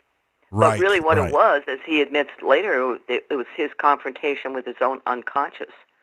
Well, you know and what? Maybe that's what all that stuff is. We're going to do a series here on Lighting the Void as I read the Red Book and go into the underworld with Jung. But I got some good news for everybody that likes Jung. There is supposedly this year in 2020 that the black books are going to be published. This year. Really? That's right. Wow. If you go on Amazon and you look up Carl Jung Black Books, and if you look it up on Wikipedia, they are planning that family line, that whole Jungian, I guess where he left it to his family to decide, they are publishing his black books this year. Well, I have an interesting story about Jung.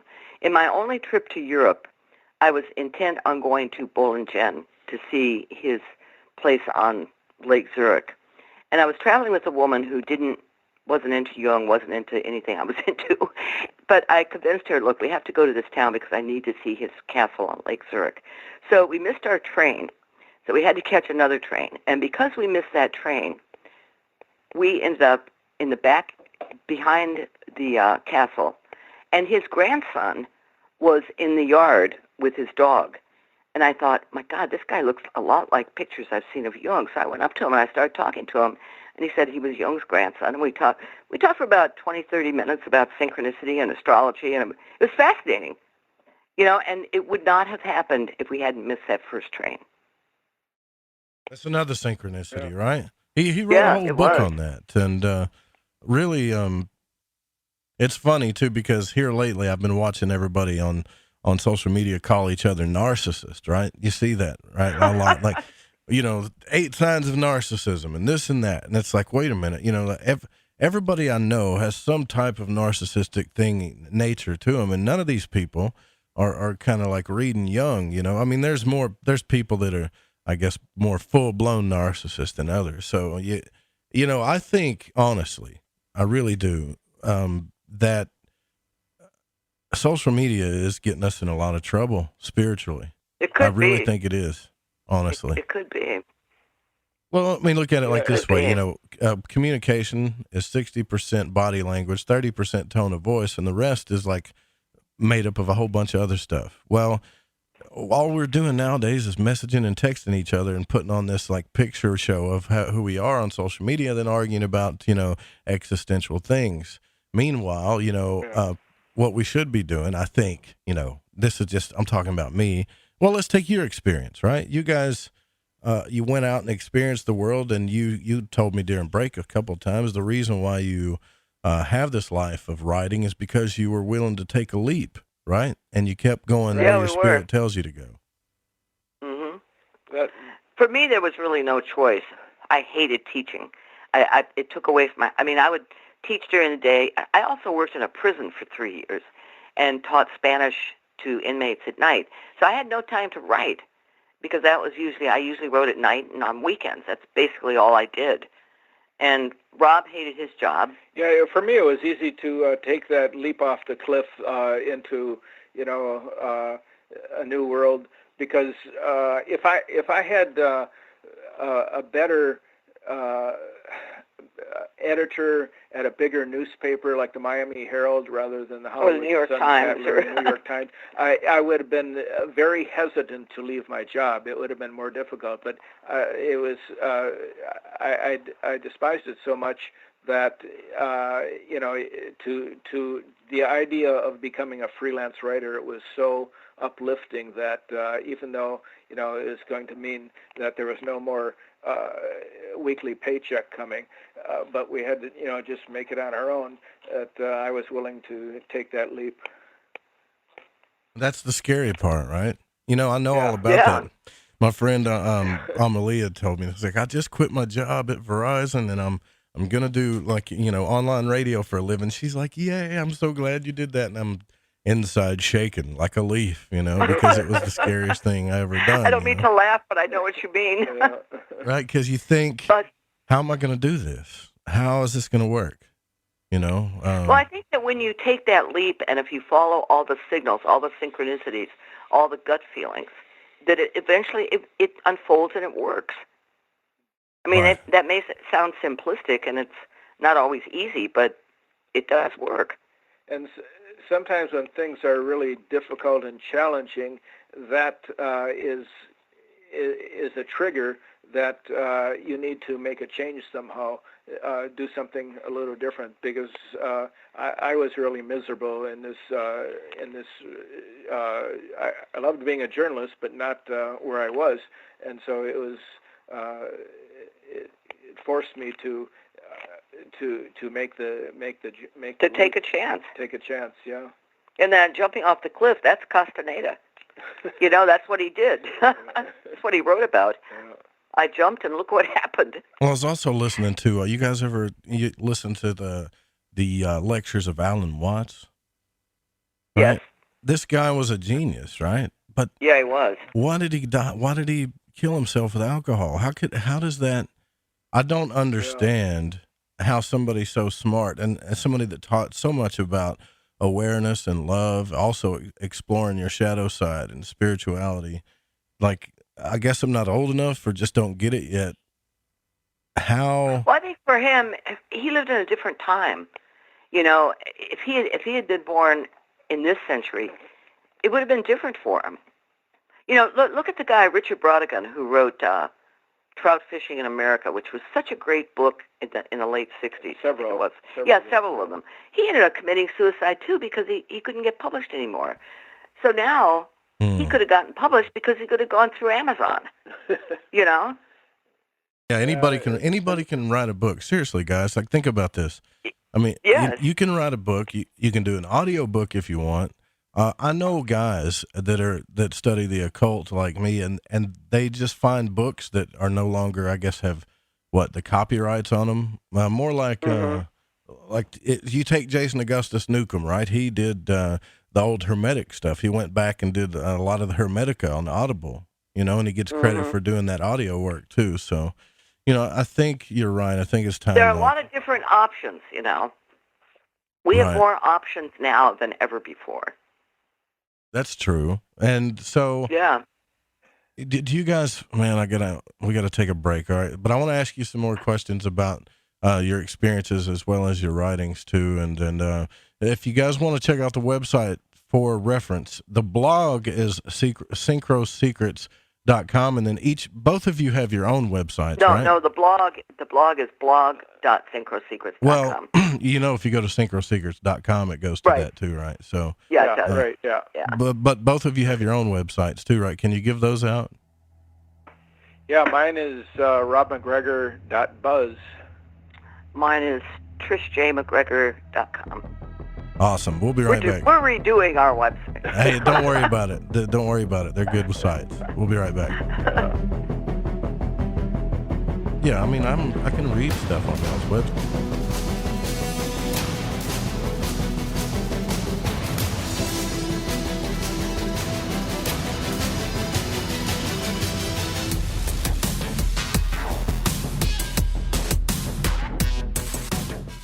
Thanks for listening to this broadcast. Need another late night fix? You can tune in every weeknight to Lighting the Void with Joe Roop on The Fringe FM.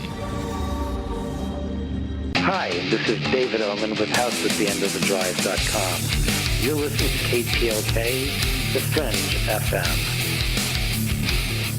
I like to listen to Lighting the Void because of the guests, the content, and the host, Joe Roop. He's smart, he's intelligent, and he seems to ask the questions that we all have on our mind. We're all searching for the truth, and Joe helps us get closer to it. I love this show. I love this show. I love this show. Lighting the Void. What's up, Joe? Hey, man, I just wanted to say your show, dude, keeps getting better and better and better. I love Lighting the Void and The Fringe FM.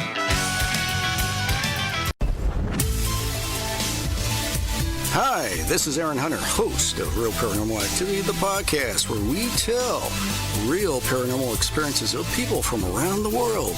And we also conduct interviews with authors, investigators, psychics, and mediums. Real people, real stories, real fear. Thursdays at 6 p.m. Pacific, 9 p.m. Eastern on The Fringe FM. See you then. Hey, this check is wrong. I worked a holiday and 7 hours of overtime. Not getting paid correctly is a real pain. It could also hurt our boss if our company provides out-of-compliance checks. That's right, construction companies doing business with the government can get fined, or officials of the companies can go to jail if the checks aren't right. It's a law. The Davis-Bacon Act has 30 compliance issues for every check, but there is an easy way for construction companies to be in compliance. Omarr offers Compliant Client, a web-based system that finds and corrects all 30 of the possible out-of-compliance check issues. Users of Compliant Client report an 80% savings in time and money. Running a weekly payroll usually takes about 5 minutes. All 15,000 plus clients of Omarr's have never had a legal compliance issue. Plus, they sleep better on check day. Contact Omarr's at omarrsinc.com or call 480-595-0466. The Fringe FM isn't just a radio station. We also provide services for all your audio production needs. If you are interested in live radio or pre-recorded podcasts, we're here to help. We even do audio enhancements and voiceovers if needed. If you want to do a podcast or live radio show and even want the option to syndicate on terrestrial radio, from simple audio file enhancement to live production and call screening, we have you covered. We have worked with some of the best professionals in the business in order to provide coaching instruction for content creation, show structure, and more. Contact The Fringe Digital Media for more at info@thefringe.fm. That's info@thefringe.fm. Or call 501-777-5631 for a consultation. Do you want to know the truth? Are UFOs real? Are aliens visiting Earth? Are governments around the world hiding the biggest secret in history? We're UFO Seekers, official partner of The Fringe FM, and we're on a hunt for the truth. Join us as we investigate locations like Area 51 by subscribing on YouTube at youtube.com/UFO Seekers.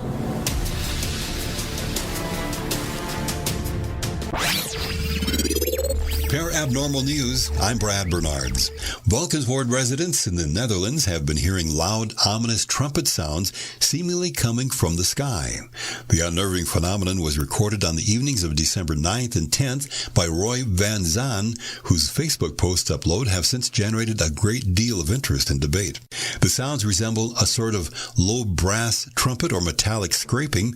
However, it is unclear what is producing them or how far away the source might be.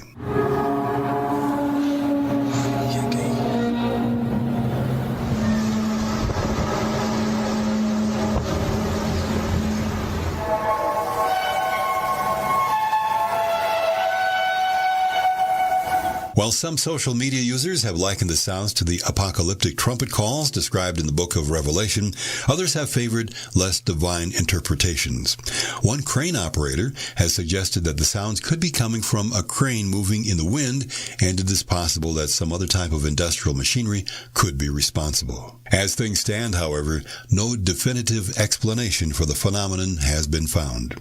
Read the news at paranormalradio.com. I'm Brad Bernards, Paranormal News. Alex. Hi, I'm Alex Exum, and you're listening to The Fringe FM.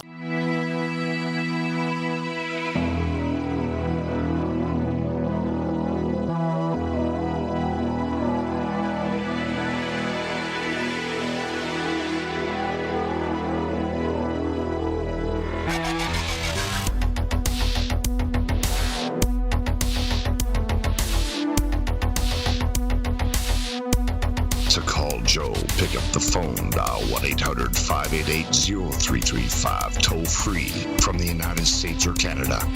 You're listening to Lighting the Void Radio. All right, welcome back to Lighting the Void. I'm your host, Joe Roop. We're here with Rob and Trish MacGregor, writers, and all around, I would say definitely void walkers. And if you guys, I didn't even tell you what void walkers are, but you're definitely two void walkers for sure. And I appreciate you guys coming on the show. There's the title of your book. Yeah, that's what I'll do. Void Walker. Name it the Void Walker, right? Don't somebody will steal that. Just I love that. But here's the thing. Like you guys were telling me during the break that you got a podcast going, and I can already tell you from the chat that people are going to love your podcast. Tell me about that and when it might be out. Well, it's called The Mystical Underground. And it came about because I met this guy on Instagram who knows how to do podcasts, and he's an Indiana Jones fan. And he says, are you and Rob interested in doing a podcast? And Rob and I have just been talking about that. So it's like this guy... We've been talking about it, but really didn't have the technical knowledge to put it together. And so this was cool that suddenly this guy's like an angel to us. He knows all of this stuff, and he's just willing to do all of this. And he's going to do the music for it because he's a musician on the side. Yeah, so it's great. So we're going to start off with 30-minute podcasts to get our feet wet. Then we're going to have guests, and Joe's going to be one of our guests. Yeah, that's right. And see, I do that too, so I know how much fun that is. I produce podcast, and it's fun to do, even if it's live, if it's not, it is fun to conglomerate with people and do that, and I'm glad that you guys are doing it the right way. You found somebody to help you with the technical stuff, because a lot of people, when they start podcasting, they try to do everything themselves, and it's almost, to me, it's like, you know what, if you can manage to get somebody to just help you, even technically, and maybe even with some ideas and stuff and formatting, then all you got to do is worry about the creative side of things, and it's so much more fun that way. It really is. Yeah, we're really looking forward to it. I mean, we're just getting started on it in the next couple of weeks. So we're going to talk to this guy tomorrow night and kind of set up the format and then do some dry runs and see how it works. Well, please, by all means, email me or Pacho. I'd love to be a guest on your podcast. I'll tell you some that'd be great. Really stuff. Here's the deal I make when people ask me to go on their shows or podcasts, is I promise I will always tell you stuff that's deep and secret that I've never talked about on the show. So you'll get that too. There's a cell for you. We're going to call you the Void Walker. That's right. Yeah. I love it. Well, the listeners actually came up with that, man. I kind of took it from a video game, but then the listeners ran with it, and it's been. Oh, really? Okay. Yeah, because we're just a bunch of people here that don't claim to know much, but we want to know. We're in the void, so to speak, and we're not afraid to go there. Like, how you were talking about the cemetery thing. Most of my listeners would have just dove right in, probably, But y'all weren't afraid that's either. the whole thing. None of us know very much. We're all trying to put it together. That's right. Yeah, see? Yeah. That's right. And I think, as much as you guys have wrote, though, what do you think? See, here's what I want to know, because you guys do yoga, astrology, you wrote a ton of books, and maybe one at a time you can tell me, what do you think the biggest lesson that you've learned about, let's just say, spirituality as a whole is as you've done this? And I guess I'll start with Trish, since I started with Rob first last time. What do you think one of the biggest and coolest things you've learned about your journey so far? That it's fun. That it's fun, right? That's cool. Yeah. That's good. And that it's illuminating. It's great to discover something for yourself, and then to spread the word about what you've discovered. And you hope that it touches, like-minded people. Which basically is what you're talking about with the void walking. Right. So, like, if you both have an experience, and then before I ask Rob what he's learned, let's say the cemetery thing, do you say, I got to write about this and take notes, or you just kind of know you're going to write about it? Or do you write about everything that you experience? Mostly. We had an experience, this was in 2009, where we had taken our daughter back to Sarasota on the west coast of Florida. And on the way home, there's a road that goes through basically nothing. It's just sugarcane fields and, a road. And at dusk, all these swallows come tearing across, cruising real low towards the highway. And so on one trip at dusk, we ran into a flock of these swallows, and two of them hit the windshield. And we both thought, oh my God, this is an omen of something, but what is it? 11 days later, notice the 1-on-1, our daughter we went with her for, I think it was her 20th birthday, another two, to do her first parachuting. Very close to that area, too. Yeah. And I happened, as I was standing there and she was up in the plane about to leap out with jumping tandem with her instructor, I thought, oh my God, I sure hope this isn't related to these swallows that hit our windshield. Well, it was. Her parachute doesn't open up, and we're standing next to an instructor. He looks up and said, look at that. I've never seen that before. He just released his chute. And I said, what? And no. He said, hang on. And they had a secondary chute, and that one opened. What happened is it got tangled, and they started spinning around. And so he was able to release it. And I think that these two, swallows that we hit were a precognitive experience about her first jump or her second jump or whatever it was. Yeah, that was. Everything came in twos that day. God, in fact, they were supposed to jump at 12:30. They didn't jump till 2 p.m. Yeah, and they came down really hard too because it was a small chute. But she was okay. That's amazing. So right? Yeah, it is, and it's experiences like that. You don't have to take notes. You remember. Right. You remember because you felt it. There was a thing that I watched on YouTube. It was not too long ago where this guy was doing what was it? I'm sure everybody saw. I don't know if you guys did the hang gliding incident where he wasn't strapped in, and he was doing how they do like that tandem hang gliding, right? And he wasn't strapped in, so as soon as they took off, his body dangled down, and he was holding on to the bar the whole time. And, the guy couldn't land because his, the fact that he's over on the left side of the hang glider, he's just pulling on it, and so it's causing him to get higher and higher. And man, I'm telling you that they were way up there, and he had to hold on with just for dear life the whole time. That kind of stuff. Now, I wonder what changed in his life after that. I bet you something it did, Yeah. He's lucky he's alive, because that was the craziest thing I ever saw on video. And when you take a leap, that's the risk you take sometimes. So Exactly. I mean, there's a story in Michael Crichton's only nonfiction book, Travels, where he went to a retreat that was held by Brew Joy in the desert. And they were told to find their spirit contact or something. And so Crichton chose a cactus that was inside like a glass enclosure in this building. And day after day, he talked to the cactus and waited for the cactus to talk back to him. And finally, on like the 10th or 11th day, he started weeping in front of the cactus, saying, everybody else has found their spirit guide, or whatever it was they were supposed to look for. I haven't found mine. You don't say anything to me. And the cactus finally spoke to him. And I think it was something about, I'm really not happy in this enclosure that has no sun and no water and whatever. But he said after that experience, everything in his life that could change did change. Wow. From talking to a cactus. Talking to a cactus. Yeah.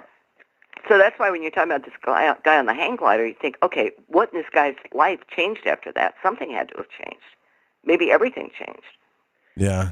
Well, it does, you think you got problems, right? You think, woe is me, I got all these problems, until your life flashes before your eyes. And then you're like, exactly. Whoa, this stuff is kind of, and then you start thinking about the important things, really, like the really important things. And I want to get to some of these questions here in the chat too. So I think this is, I want to ask Rob first what he's learned. Yeah, of course. Because that went on for too long, didn't it? Sorry about that.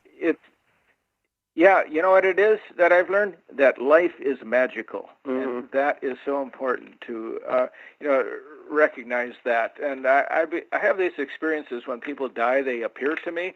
Trish's mother died, and there she was, and I just like that, and waving goodbye.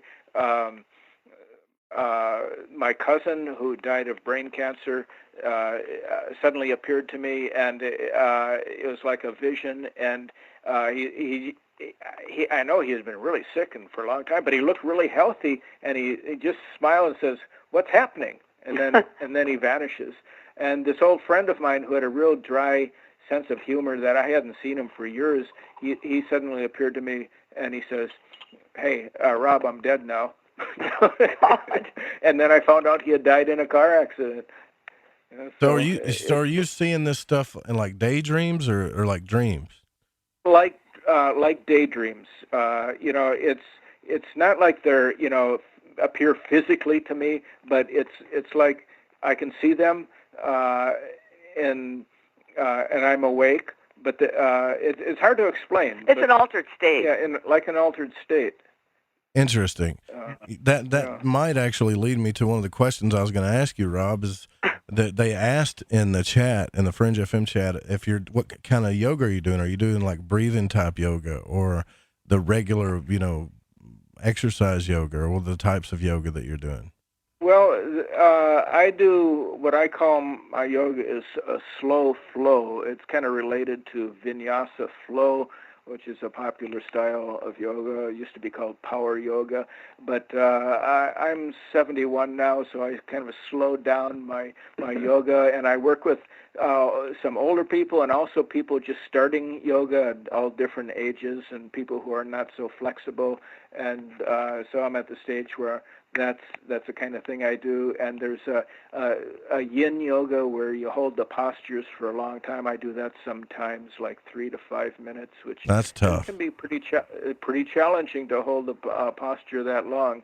And I have knee issues, so I had to back off from the more challenging vinyasa flow classes that I used to do and love. I just can't do those anymore. Yeah, that's tough. I've tried that too with some of Aleister Crowley's stuff, but it wasn't his stuff. He was getting it from yoga techniques where you sit in certain God forms and you're just supposed to like sit there. Oh, right. Yeah, right. And you mentioned breathing, which is interesting because a lot of the yoga now, they don't talk much about breath, but when I got into it 30 years ago, breathing was a very important thing. We learned all kinds of different breathing techniques, and I still use those in my classes. I always start out with about 10 minutes of meditation and breathing exercises before we get into the postures. So, you know what that really teaches me about, now you guys comment on this too, please, is just how unfocused we are, how our minds are just scattered to the wind most of the time, and that if we just understood what focus was all about, we could probably create anything we wanted or manifest anything we wanted, you know? But I think social media is a distraction to that focus. It's a disaster, honestly. Yeah, right.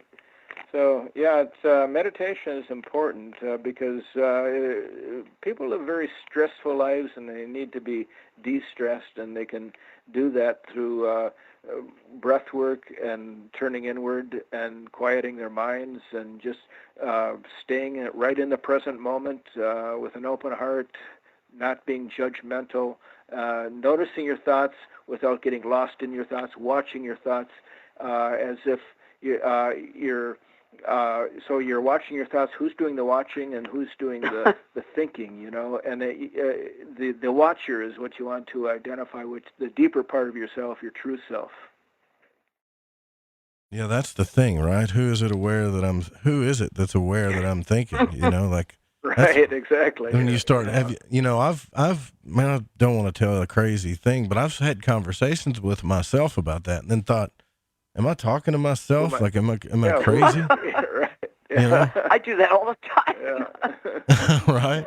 Yeah. So, so you say that, Rob, that life is magical, and I totally believe that, and I think that's a lot of the reasons why two things are happening, Rob and Trish, is that one, science has explained a lot of things and have defined a lot of things, but yet to me, they're still explaining the least of things. Exactly. And mainstream science, they're still very much not with the paranormal. Telepathy they don't believe in, and if you go into Wikipedia is very anti-paranormal. It's amazing, but yet there are other scientists who are more out there who like Dean Radin, right, Sheldrake, that are on the cutting edge, but it's going to change because as these older scientists die off, the younger ones are going to be much more open to this. In fact, there's a gentleman who's a visiting professor at the University of Virginia. He teaches psychiatry, and he's the first psychiatrist to seriously undertake a study of meaningful coincidence. And he's written a book about it, and he has a radio show. Bernard Bateman. Yeah, you should get him on. Yeah, you should. He's really good. He's good. Yeah. Bernard Bateman. I'll check that out. Thank you. Yeah. And I think his just Google his name. Yeah. Or I'll send it to you. But it's not Bate. It's Beitman. Mm-hmm. Yeah, Trish can send it to you. Yeah. That sounds good to me. Good for your show. Yeah. So the second thing I was going to agree with you about that is what you just said, is that especially the quantum physicists, like Thomas Campbell and even others are, they're coming up with theories about reality and dark matter, black holes, but yet Thomas Campbell is the only one that I know of that even considers the field of consciousness involved with mainstream science when it comes to physics. And I think until science puts that in there, they're not going to find all the stuff they're looking for. I just don't think they will. Yeah. What's his name again? Thomas Campbell. He was actually, he wrote My Big Toe, which is My Big Theory of Everything. And oh, right. Okay, I knew his name. He was the NASA physicist in Robert Monroe's books on Journeys Out of the Body. Right. So he did the experiments with Robert Monroe. So even back then, in the 70s, there were scientists that were willing, or 60s and 70s, there were scientists that were willing to look at this stuff. They just, it wasn't as easy to talk about, and that's the only thing about it. Right. So, well, that Monroe Institute is now directed by Monroe's stepdaughter, who we know, and she's married to Joe McMoneagle, who was the remote viewer one for Stargate. You ought to get her on your show, or Joe. Yeah, that's a good idea. See, you guys are giving me all kinds of ideas. I'm sure Pacho's taking notes right now, too. But listen, I want to make sure that everybody, because I know my audience likes you, I can tell, and I want to make sure that everybody knows how to find you guys, like what your latest books that are out. I mean, let's talk about that just real quick. What's the latest books that both of you wrote? The latest is Phenomena, the Harnessing Your Psychic Abilities, I think it is, or Psychic Powers, which is it, Rob? Anyway, it's Phenomena. You write so much, you don't even know, do you? I know. I mean, it's hard to remember some of the stuff. And we've got a website that lists all of our synchronicity books called Phenomena111.com. And we also wrote the Synchronicity Highway, Synchronicity on the Other Side, the 7 Secrets of Synchronicity. Aliens in the Backyard, which is synchronicity. Everything's a synchronicity, huh? Yeah, really. All the stuff we write about is related to synchronicity. Well, and what about our latest novels? I have a novel out called Tulpas. Oh, yeah, okay. It's a great novel. Interdimensional story. Interesting. So Skin Shifters. Real quick, though, before I let you guys go, do you think that, I have to know, do you think tulpas are actually things, like the theory of tulpas is that we've created them somehow in the collective unconscious? Is that what you think? Possibly. I think so. Yeah. You have to read the novel. He really goes into it in a great way. Yeah, come on, give me the book, man. Like, I want to know what you said. It's called Tulpas. Tulpas. No. Yeah, I get it, but we can't hear the whole book in the next 4 minutes, and I'm the kind of host that I'll have you tell the whole book right here on the show. I want to know. I can't give it away, but it's interdimensional. It's the tulpas in this book are in a dream world, but they're taking over the real world, the physical world, and it all starts with a monk in Tibet who creates these tulpas, and then the tulpa, the bad tulpa kills the monk. I don't want to go any further. Man, that right there that's a good preview, though. Right? That'll make anybody want to go grab the book. I'm sure some people will. And listen, thank you guys so much for coming on Lighting the Void. I know it's late night. Well, You've done Joe. coast to coast. I was going to say thanks for spending the late night with us, but you guys are kind of used to the late night, aren't you? Yeah. We are. And thank you, because we're going to be in touch with you. We want you on our podcast. Yeah, we'll do the first Void Walker show with you, and I'll tell you all about my experiences and all the stuff I ran into in that realm. Oh, that'd be fantastic. Experiences. Very good. Thank you very much. Thank you guys again for coming on, and you guys go check out all the websites that they mentioned. Also, you can follow them on social media. It's really easy. Just look up Rob and Trish MacGregor, right? That's MAC, not MC, and you'll find them. They're there. Thanks again for coming on. We'll be right back with the Reverend Dan Lopez.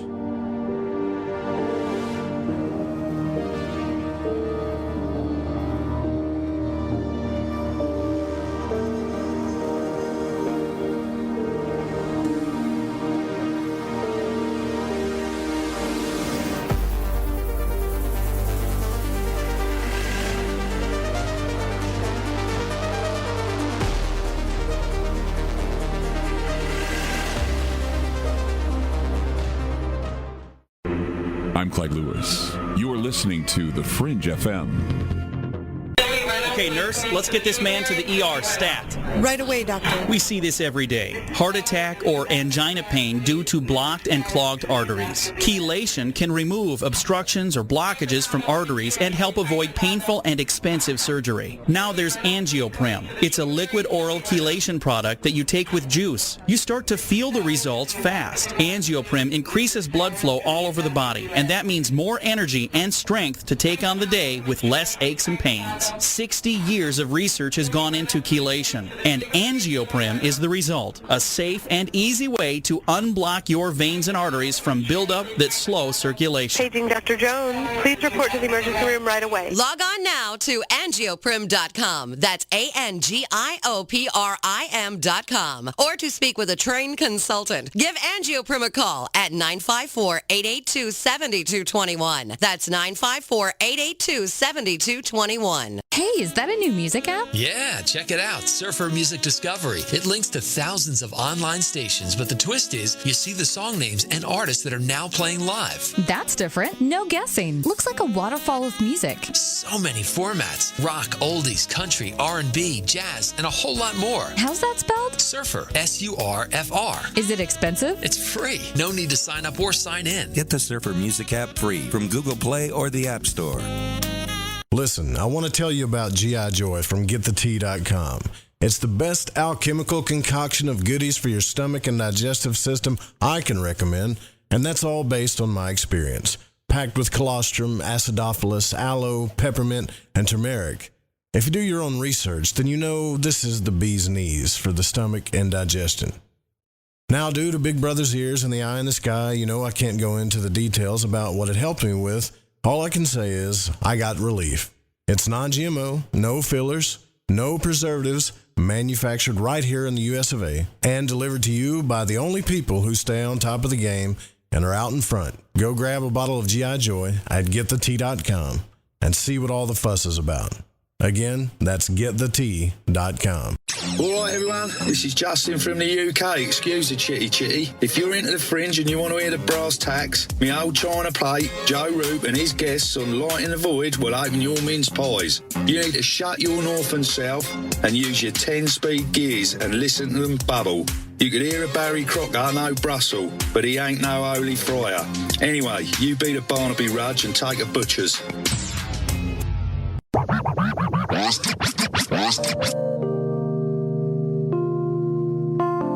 This is Elle. I listen to Lighting the Void because it's interactive radio with good content, interesting guests, and a humble host, sharing his journey through the esoteric. Hey, Joe Roop. Thanks for having us along for the ride. Thank you so much for a delightful evening. Well, I got a lot of ground to cover.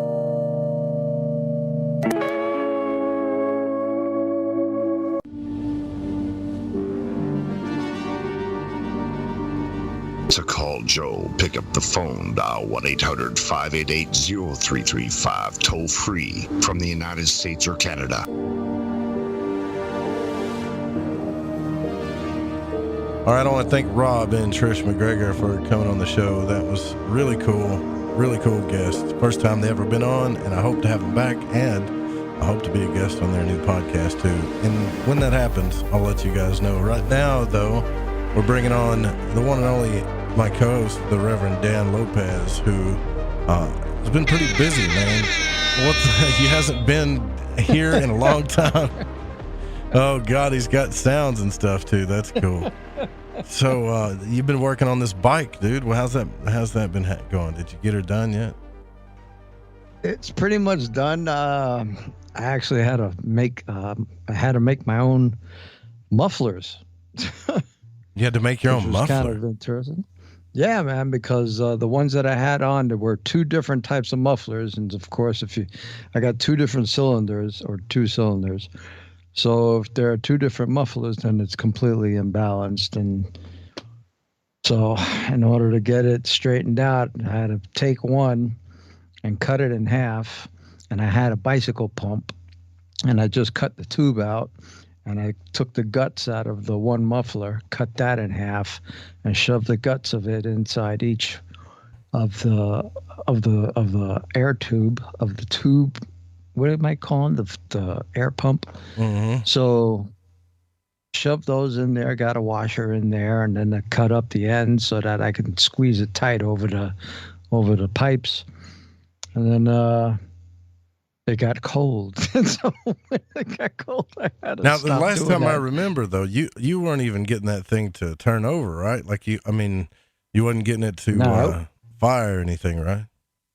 Yeah, the compression was shot on it and everything like that. I had to work on the valves, and then I found out that one head was completely shot to kaplooey, and you couldn't just replace the seats, and so the valve seats, because they were casted into the valve head, so I had to get a whole new valve head.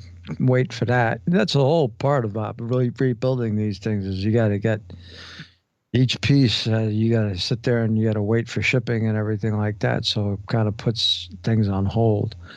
Well, yeah. So, working it and getting it together, and finally, it came, and I got compression, and then I didn't have compression, and then and I'm sitting there and I'm saying, hang on a second. If I do a valve test, if I do a leak test on this damn thing, and it's holding air, it should have compression. And at one point, it had over 120 psi on both heads. I'm like, she should be fine. So I've said, screw it, throw it all back together again and just see what happens. So slowly but surely, then it was a matter of adjusting the carburetors and then dealing with, open headers and then freaking, putting the mufflers on and then. You haven't blow anything up yet, have you? No, but I stank up the house something fierce, man, because it was freezing out. and so it took about 3 days for that freaking exhaust fumes to clear out. Now, quote me here if I'm correct, but this is a project that you've had your mind set on for a long time now. Just out of curiosity, why? I mean, after all the money that you put into this thing and everything that you've done, are you doing this? Honestly, do you mind sharing that with us? Like, it's got to be something more than just I want to ride a bike. Surely, you've been really this seems more like a soul project now. It was, well, yeah, because I picked it up. Well, there's a couple of things tied to it. One sentimental thing was it's a 1986. 1986 is when I got clean. So that was one thing. The other thing was it was something that I picked it up for $150, and I figured, well, surely people are rebuilding things all the time. I can do this. So as I'm doing it, it was just a long, dragged out journey because as my health was failing, I kept finding out different things that were wrong with the bike as well. That just made it more difficult to the point where it was like, listen, my heart went bad. This poor bike's heart is bad. We got to get things right. So when I came back from surgery and everything like that, that's the first thing I did was I went to hell with this in the handbag trying to get this thing fixed up, and so it's like it got to the point where it's like a as within, so without type of quest. Absolutely. And I was determined. I've always had this thing in me. It was like this, you're not going to beat me, especially if man made it, I can freaking fix it. One of those things. And if I can't fix it, it can't be fixed. That's just the way my head goes. So yeah. I'm with you on that, man. Like I have the same attitude, but only when I get my mind set to something, like then I get real stubborn about it and I want to make sure that it gets done the right way and all that stuff. So I get it. But the fact that I think what you're doing is a form of magic, which I don't think people understand. What you're explaining here is, if you're dedicating time and focus to rebuilding something that seemed like it was on its last leg, if not, its last leg. And once you get that thing firing, man, it's going to change something magically in your life too. And I think a lot of people need to realize how important that is. This thing was ready to go to the scrapyard. I mean, it was, it was lost and gone. They burnt this darn thing and it was in bad shape. I mean, it was pretty. It was pretty, but the engine was completely shot and it was dead to the world. I mean, dead. And so bringing it back to life. It was funny. I was listening to a bunch of podcasts lately, and one of the terms that kept coming up was this quote by Mary Shelley from Frankenstein's Mary Shelley, and it was, "Man builds because man cannot create. Only woman could create." Interesting. Yeah. Well, I don't know about that. Because I think the female force can create. You know what I mean? Like that's hermetic. That's the law of gender. Yeah, absolutely. So, that's why man builds. Right. So you got force and form, which we've talked about quite a bit on here. That I really do believe, and I'm not saying hermetics is like the ultimate school of spirituality when it comes to what's hidden, but I have not found anything that is more true than the laws of hermetics and what it talks about. And I've tested it. Trust me, man. Like, I've tested it. I've went against the grain on each law in my life on purpose, just to say, well, maybe it's BS, and it's always turned out to be true. You know, which we'll probably talk about that. So we got this idea. First, I want to say real quick that I don't know if anybody knows this, but over in I think where's it at, on the East Coast in Baltimore, there was just an earthquake that's been the biggest to strike the East Coast since 2011. I think it just happened, a few hours ago, 6 to 8 miles northeast of Dover. They had a 4.1 magnitude earthquake over there. So, I don't know, the U.S. is getting a little rumbly, and then we had a volcano blow up in the Philippines. So I don't think it's anything to panic about. I think just something every now and then, it's the earth lets off some steam. I mean, think about the human body. When you eat a meal that ain't so good with you, what do? Right? So now don't panic just yet. It's not going to be the big earthquake, but there are folks that are really predicting that, like that big earthquake that's supposed to, drop the West Coast off and then split the country in half and drop Florida into islands and all that stuff. I don't know if that's ever going to happen, but I mean, damn, they've been predicting that since I was a kid, since the early 80s. You know what I'm talking about? Oh yeah. That and the what's that one out there in California? Oh, I don't know. It's probably the same earthquake, that big giant caldera. Yeah. So, I mean, like what they say is it's like not a matter of when or if, it's just when. So they know it's going to happen. They just don't know when.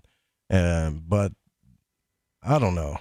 I mean, I think these guys are just guessing. I mean, if the weatherman can't figure out the weather from day to day, I mean, our weatherman here is like, seriously, it's like he's spinning a wheel most of the time, Yeah, that's pretty bad. Well, they gotta fight against, whatever the spraying in the sky. And so all that geoengineering crap going on. Yeah. Yeah. Right. And so they're like combating that, and they're like, well, it's going to be this, and it's going to be 50 degrees today. It only goes up to like 30. Like, yeah, thanks a lot, man. Have you seen this wolf too that they caught on camera? I seen something. Jesus Christ, this thing is huge. The damn thing was upright. Well, I think that's a different one. This one is like, okay. The largest wolf ever caught on tape. It's massive, man. I'm trying to find the link so I can drop it in the chat, but it is insanely big. It's a large black wolf, and I don't think there's any articles yet. I'm searching for it to try to see how big this thing is, but there's a regular dog, like a wolf dog out there running back and forth with this wolf. And this thing is like 5 times the size of the dog. Yes. I have seen that one. That thing was a monster. Yeah. And it was in the woods. Right. And some people are going to say, well, it's a cryptid or something, but genetics does that sometimes, man. It's like, oh yeah, it jumps. Yeah, every now and then you'll have some type of freaky incident in genetics, and you'll see this stuff happen every now and then. Just like we have people that are abnormally tall every now and then, Oh, yeah. Plus, they're freaking people are breeding all kinds of things going on, and they, things get let loose. Yeah, it's actually, okay, so it's a timber wolf, North American black wolf known as a timber wolf. They said that we spotted the wolf through the kitchen in the lodge, and I made my way outside with the camera. The guy's name was Dan, actually, a lodge manager, went for a shotgun. And when I started to take pictures of the wolf, it left, and then it returned a few minutes later. And that's when Trigger took off, which is his dog, after the wolf. The wolf waited for Trigger to turn away from him, and then that's when he grabbed the dog in the back and then threw her up in the air right in front of me. And so Dan shot the shotgun into the air, and that broke up the fight. And the wolf turned and left, and they followed the wolf into the bush and shot again to scare it off. But that wolf came back 2 more times that day looking for the dog, they think. And the dog itself had some massive wounds on it, but there's no way to tell. I guess what I'm going to have to do is open up Discord and 2 different computers here. I hate to do that, but there's no way to tell. I don't think they could really measure this thing. It's like somebody caught a freakishly large, wolf. It looks like a science experiment almost, man. Here, I'm going to put it in the front. Well, you'd have to know the size of the original dog. If you can figure out the size of the guy's dog, then you can get a good bearing. Yeah, something else too. I don't quite understand, and it's just because I think I'm from Arkansas. Is when I went to Portland, I ran into so many people that have dogs for emotional support. They have these tags on them that say emotional support or something, Mm-hmm. Service dogs. What's that about? I mean, these aren't for blind people though. I mean, it's like no. They're for people. It got really big with mental health stuff and people with multiple PTSD situations and stuff like that. So the service dogs are there because people are having, they're having attacks, and as they're having attacks, they just have full-out breakdowns and stuff like that. And so the service dogs, they comfort, and then at the worst, they'll actually run over to you. They'll just start barking at you, and signal someone for help. Okay. I think I understand now.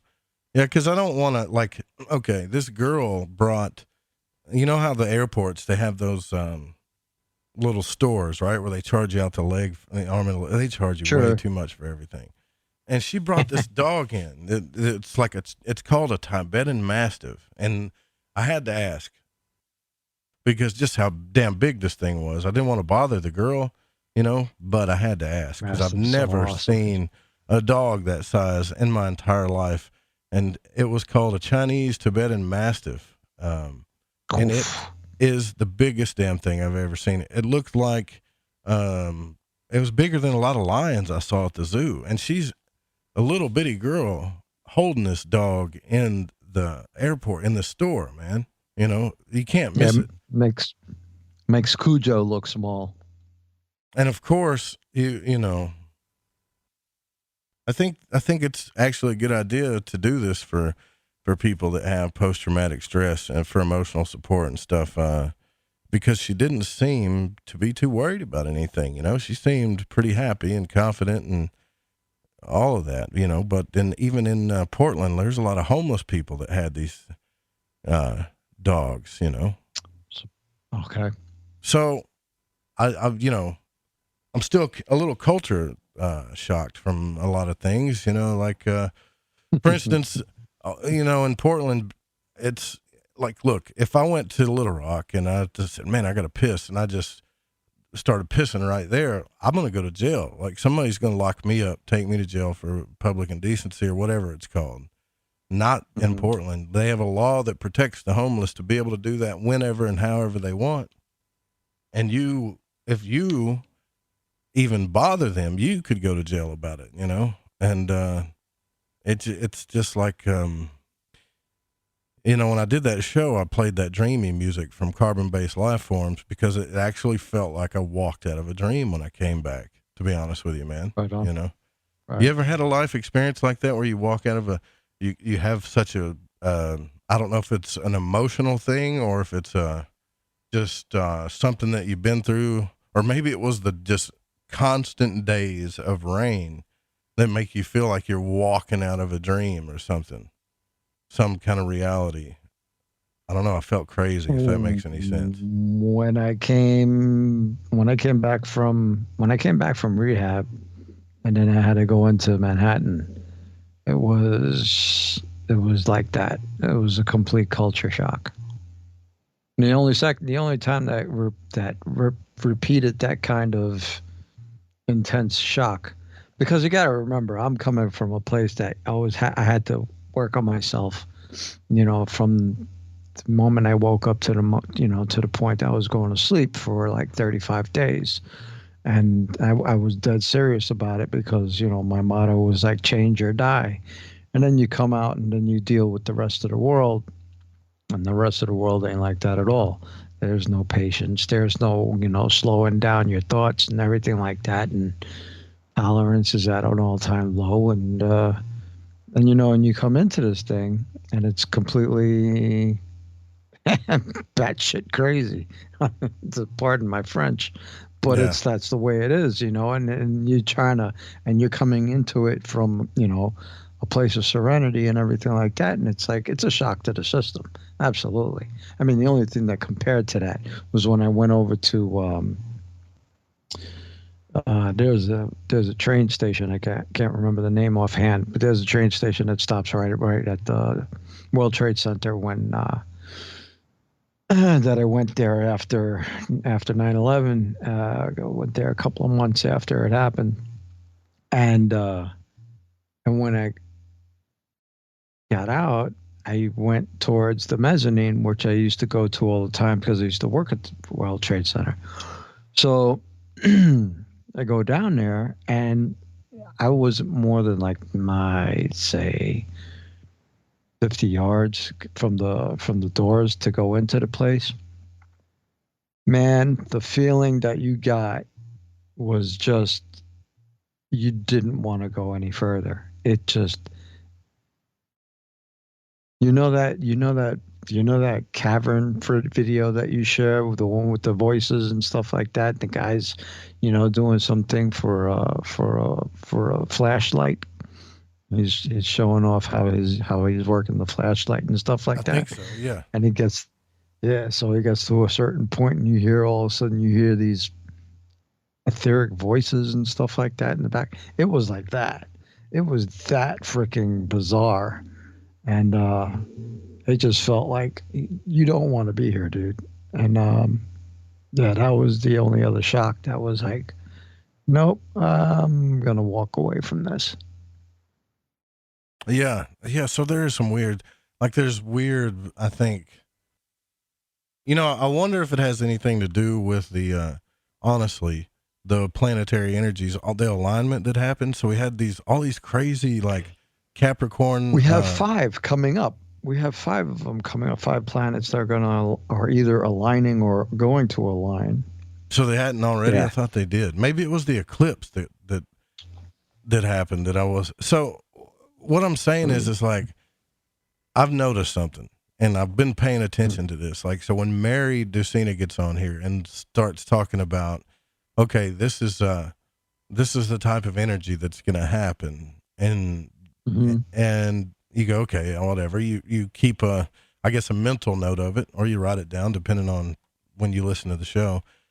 If you get on social media after that stuff happens, you can tell that it's happening to everybody. Not most people. In other words,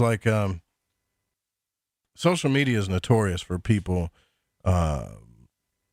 putting memes out, and you can just tell what's going on in their life because of the memes that they post, right? I mean, that's what memes are for, or stories that they write. Only love people if they give you the same love back, or just, all these types of different memes. But what I've noticed is there are a lot of different people doing the same stuff, saying the same thing, going through the same stuff, releasing negativity. If someone doesn't appreciate you, then leave them, and And I'm thinking, this is the 9th time I've seen it this year. So what I did was I went back, right, and I listened to just the first parts of Cosmic Conditions when she comes on and talks about these things. And then looked at the social media dates and saw the memes again. And I was like, I really believe this now, this whole astrological thing. It's not like I didn't believe it before, but I'm starting to notice it more now that, the planets and the signs are permeating this story that happens to everybody in different types of ways, in different scenes and scenarios, and on different levels. But there's no denying it now to me that the energy is real. If there's one good thing that social media has done for me, is proved that some of these energies are totally real, and they're happening to a lot of people, for sure. Oh, for sure. I mean, Edgar Casey called them influences, and so they do influence you. I mean, you don't have to let them influence you, but even when you're working on yourself, they can still do such a thing because, you'll have certain energies come about and suddenly you'll be more forgetful than normal, or more clumsy than normal, or more sensitive to what people would say and stuff like that, where you would normally this wouldn't bother you, or normally you'd be a lot sharper, or paying more attention to things. It was like the other day, I was like, everybody was going bananas. My daughter was going through stuff and everything like that, and people around me were going through stuff, and I'm like, what the hell's going on? My friend Heather she just had the week from hell, I'm like, what is going on? And the 2 days ago, I guess I had went and I did everything that I had to do. I got out some late packages for Christmas that I hadn't been able to get out, and ran out to the post office, come out of the post office, come home, chill out for a couple of hours. And after I get home for a couple of hours, I remembered that I needed to get something from Dollar General. So I'm about ready to get out to go to Dollar General, and all of a sudden I'm reaching into my pockets and I'm like, oh, shoot. I can't find my cash. I couldn't find my cash. Joe, it was like $400. I couldn't find it. That's not good, man. That sucks. I'm looking all over the place, and I'm like, this is like the month's funds, This is, this is all I got to go on, and so I'm going nuts, I'm reaching around, and I'm layer man, so I got 1,001 pockets. I'm like, I'm going through all my pockets that I wear and my coats and everything like that. And I'm like, all right, let's backtrack and see what's going on. So I go to the last place that I was at, which is the post office. And over here, it's kind of, we're out in the boonies, and so people are pretty cool. I mean, they know. Like, if you find a wad of cash, outside the post office, there's a lot of old people. And usually if somebody drops something like that, you're going to turn it in. I usually turn it in if I find something like that, because that's all they got.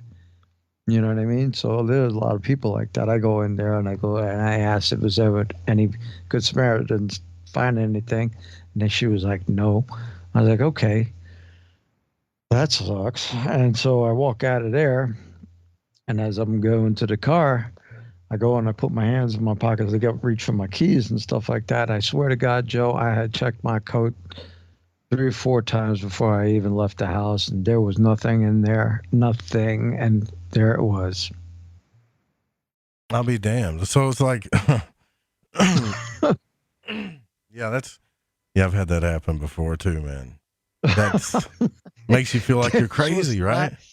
Dude, seriously, that's what I'm saying. And I'm like, it was not there before, Joe. I swear on my grave, it was not there.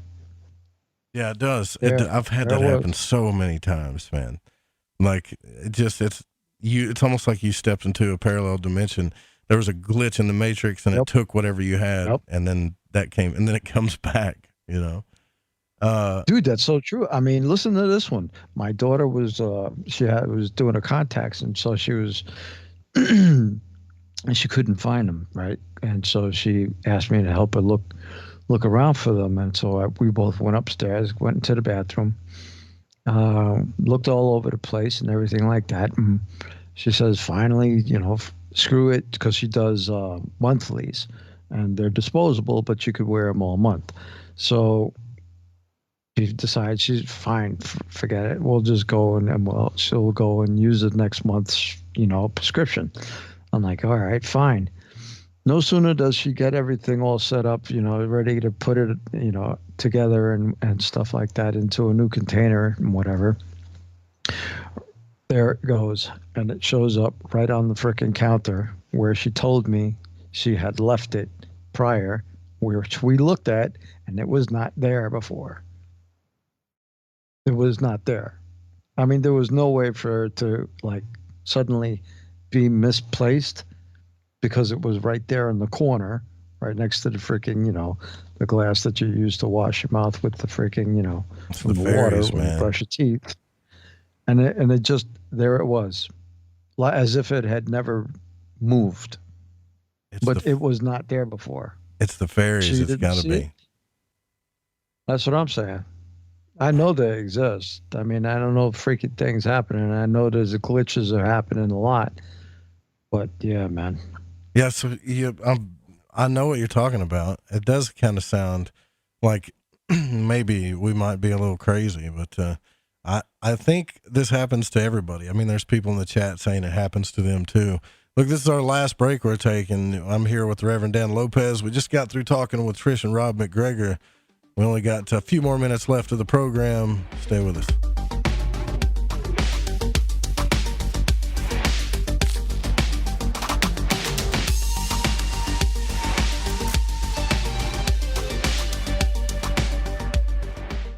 You know, stress is at an all-time high, and all of us could use a little bit of stress relief. That's why I want to talk to you about Soothe. Now, this is an app you can download on your phone. They have a massage therapist that arrives with a massage table, sheets, lotion, oils, and music, and you're in charge. You can book in seconds and schedule at 8 a.m. to midnight. Massage 7 days a week, anytime it's available. There's a 60-minute arrival period. A vetted background-checked massage therapist will come to you in as little as an hour. All of the therapists are vetted by industry veterans that ensure a compassionate, healing touch. So maybe you're a little stressed and you need to feel spoiled. Well, there's no better way to do that than relax at your own home and not have to deal with the outside world with Soothe. Right now, you can get $10 off your first massage by putting in the code word FRINGE10 at checkout. That's www.soothe.com or download the Soothe app and put in the code word FRINGE10. Are you intrigued by Paranormal Talk Radio? You'll love the new Paranormal Radio app from TalkStream Live. You'll find a great selection of talk shows covering UFOs, ghosts, strange phenomena, and much more. Download the Paranormal Radio app now and start listening to the very best in paranormal talk entertainment, including the network you're listening to right now, the Paranormal Radio app. Free in Google Play and the iOS App Store. Ew, yuck. They're unhealthy and gross. Bugs, I hate bugs. We keep a clean home, but occasionally bugs show up. Well, I found something that is tougher than bugs. Orange Guard. From contact, it kills bugs. Plus, Orange Guard kills hidden bugs and keeps new bugs away for weeks. I know. I use Orange Guard. Plus, all of the ingredients of Orange Guard are on the FDA generally regarded as safe list. Orange Guard may be used around food, humans, and pets. It promotes a healthier planet, and here's a bonus. Orange Guard cleans where it's sprayed. Plus, it comes with a 30-day money-back guarantee. Orange Guard. You can get Orange Guard at Ace Hardware. And listen, folks, Orange Guard is tougher than bugs, and it's safe to use. Go to orangeguard.com. That's orangeguard.com. This is Barbara Charlton from Metaphorical Archaeology. If you've ever had a traumatic paranormal experience, the effects of it may stay with you for years. Who do you talk to? You can't go to conventional help. What we do is we use emotional freedom techniques or tapping to actually neutralize the effects of that event. Maybe when you tell the story now, your heart races and your palms get sweaty. You don't even want to think about it because you don't know how to neutralize that. That's what EFT tapping does. It neutralizes those emotions. The circuit that was recorded on is gone. The energy flows freely and you're free of it. And that's what emotional freedom is all about. We offer this as a pro bono service, but this is something that I offer because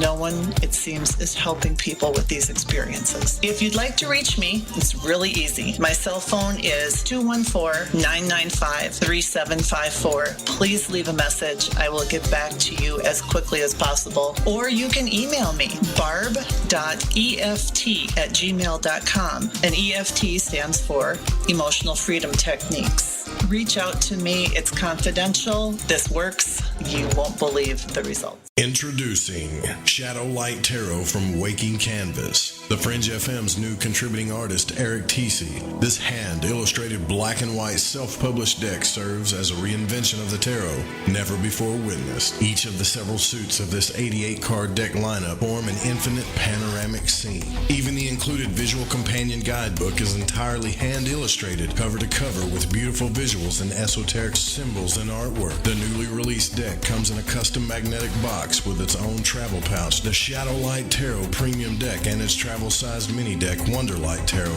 are both available now from wakingcanvas.com. If you use the code word FRINGE, that's FRINGE at checkout, you'll receive an extra 10% off your entire order. To discover more, including a free reading and time lapses of all the illustrated artwork, make your way over to wakingcanvas.com today. That's wakingcanvas.com. Somewhere between abnormal and paranormal, there's a show called Into the Paranormal. I'm Jeremy Scott. Hear me live Saturdays at 6 p.m. Pacific, 9 Eastern on the Fringe FM.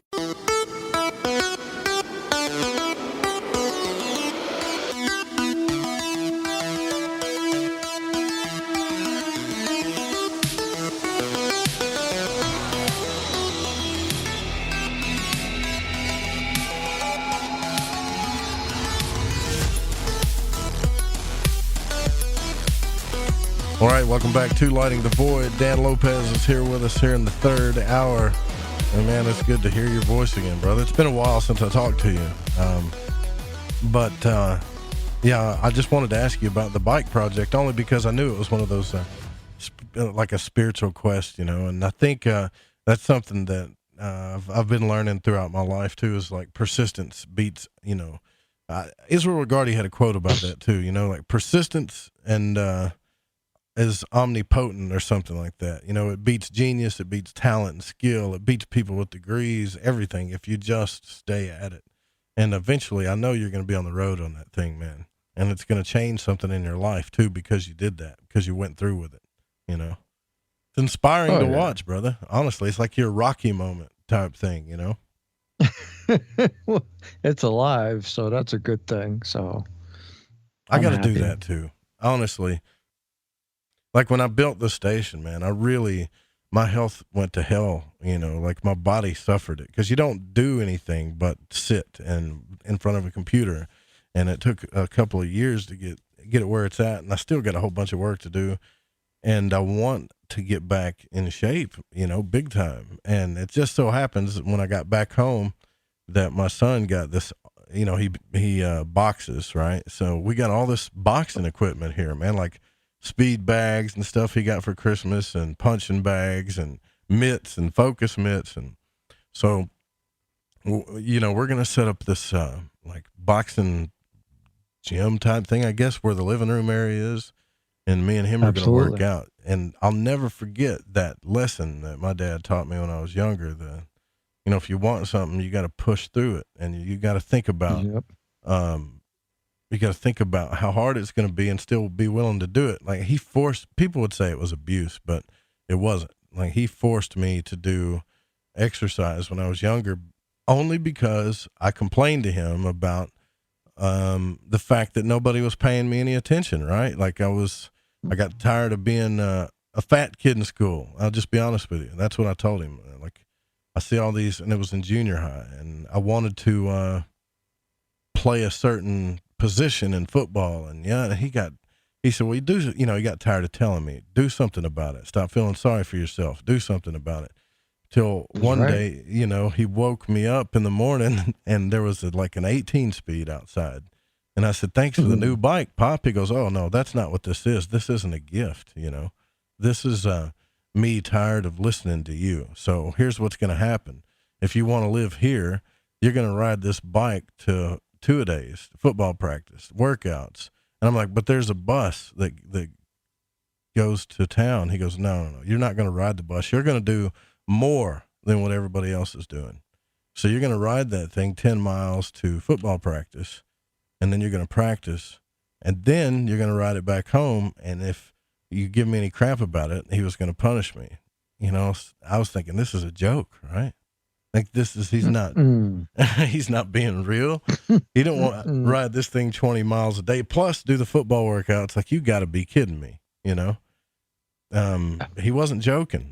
You know what I'm saying? Like the first week he would drive by as I was riding to town and check up on me and honk his horn. And I wanted to kill him. Like I hated him. I really wanted to strangle him. I hated him so much. But it took me an hour and a half on that bike to get to town when I first started. And in 3 months, I think that was about 4 months, it took me 30 minutes. And the next year I started as a captain on the football team, played both sides of the ball. I couldn't shake the girls off of me. I'm not trying to brag, but it was junior high. That's not like you can brag about that anyways. And I remember how good I felt, dude, you know, like just, how my life changed, right? All because I was willing to do more than what the crowd was doing. And that's all it took. Head down, focused. That was it. Yeah. And, you know, towards the first few weeks was kicking and screaming and whining and pissing and moaning. But the last few weeks was, can I get there faster than I got there the last time? You know, that's what it was. So I want to do that again in my life, you know, before I get too old, if that makes any sense. Yep. Put the blinders on. Yeah. Gotta put the blinders on. Everything. It's so funny because they were talking about your hosts, your guests earlier were talking about distractions, social media, and this and that, and blah, blah, blah. And I was like, yep. I was like, because, you know, I hate to say it, disabled, but I'm disabled over here with this stupid thing and 10 pounds of freaking life support you got to carry around and everything like that. And so there ain't much I could do. So I'm trying to get that out of here. So it's very easy to fall into freaking just getting into just watching and stuff and dealing with nonsense. And that's why I just like put the phone down, get to work on the bike, and that's it. You know, whatever gets me out, up and about, and, you know, moving about, that's my therapy, man. Seriously, I got to the point where it was like, I'm coming to the close where this thing is going to be up and running, and I'll ride the damn thing. But in the meantime, I'm getting it done right in the heart of freaking winter. So what do? I go in, I run out, and I get another $80 bike. Well, I don't blame you, honestly, you know. But yeah, it's a dirt bike, so that'll take me through into the summertime, so into the winter, at least to the spring. You know what, the kids, man, they used to tell me back then they were like, man, your dad's a hard ass or whatever. But I swear, man, like it was that lesson he taught me changed a lot of things for me. You know, like sure, it really did. And I've kind of wanted to do that. Well, look at my all son, of the things that you're doing now. You know what I mean, Joe? Look what you're doing. Yeah, well, you're gonna have to balance things out when you do that with different your son, generation now. It is the world that we grew up in does not exist anymore. You know, and I had like my cousin and a couple other kids that were kind of inspired, you know, and they tried to do it with me one day, right? And one of them didn't make it, the other one did, and one of them actually went to town and back, but they were like, "No, I'm not doing that no more, never again," you know. And I was like, "It's not that bad." They're like, "Whatever, man," you know. Oh, but you conditioned? Yeah. It's a different story. Yeah, they were like, I'm never doing that again. And I don't know. I swear I'll never forget. It's like the biggest thing he ever taught me. And, you know, when I started the station, I did a lot. Like all the technical stuff I learned on my own, everything I did on my own, still do a lot of stuff. And so I come across as an asshole, I think, sometimes when people reach out for help, and I'm like, why don't you just look it up and do it yourself, you know? And I see. Yes. You know, I gotta realize that I'm being a jerk about it because not everybody thinks the same. You know, they just don't. No, exactly. Right. Everybody processes things differently. Like, they how really do this? And it's just take phone calls and do this and that. I'm like, just go look it up, trial and error. You'll figure it out. I did. You know. They're like, well, why don't you just show me? I'm sure. Let's do that. You know. I got time for it, right? See, I already sound like an asshole talking about it. So anyways, so I want to get, in shape with the boy, but when he goes in boxes, I'm so damn, now he sparred this kid the other day and he learned a hard lesson. And I told him, I said, people are not your friends, man. Number one, you need to realize that. And especially when you're in this testosterone world of boxing and you're a teenager, you know how them boys are. They always competing, you know, trying to get one on the other. And he's an only child like I was. And he's got this little brother in there, you know, wanting to box him, right? The little brother. And I said, don't you realize he brought his big brother in here? You know what he's going to do, right? And my son's like, no. I said, he's trying to tell you that he wants to fight you in this ring, right, and spar you. But what he's going to end up doing when you get fully committed is putting his big brother in there against you, you know? He's like, how do you know that? I said, because I was an only child too. I know what it's like when you go up against people with siblings, you know? The little brothers always get their big brothers to stick up for them. And that's exactly what happened. And so Corbin got into the fight of his life for 3 rounds there, you know, and it was tough to watch the kid go through it. But he adapted in the 3rd round. And I'm telling you, man, this kid swung on him, and he got so tired of getting hit by this kid. And he held his own for the first 2 rounds. He didn't really win, but that 3rd round, he got sick of it. And this kid's a brawler. He fights a lot at school. So naturally he's going to be in the boxing ring trying to mess with the boxers. But anyways, he became predictable, and Corbin's been training a little bit, and Corbin countered this kid so fast, man, just pow, hit him before he could even, get his punch off, that the kid like just stumbled back into the ropes and he couldn't shake it off. And I was telling Corbin, I was like, finish him off, you know, he's been beating on you for 2 rounds, finish him. And my son's so, like kind, I guess, that he just stood there and let him come back too. And I said, son, you know, I hate to tell you, but you're in a sport where that ain't how you need to be. Like if this kid goes back into the ropes from one of your punches, that's blood. You need to go finish the fight, you know?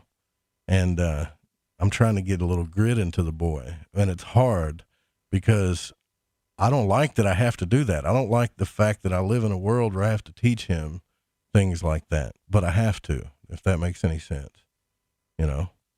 Well, you'll have to warn him. You know, this is like the life, you know, it's the life. It's hard knocks. You know, kids don't listen to their parents and all that stuff. We got to figure it out for ourselves and whatever. And that's just like the rule.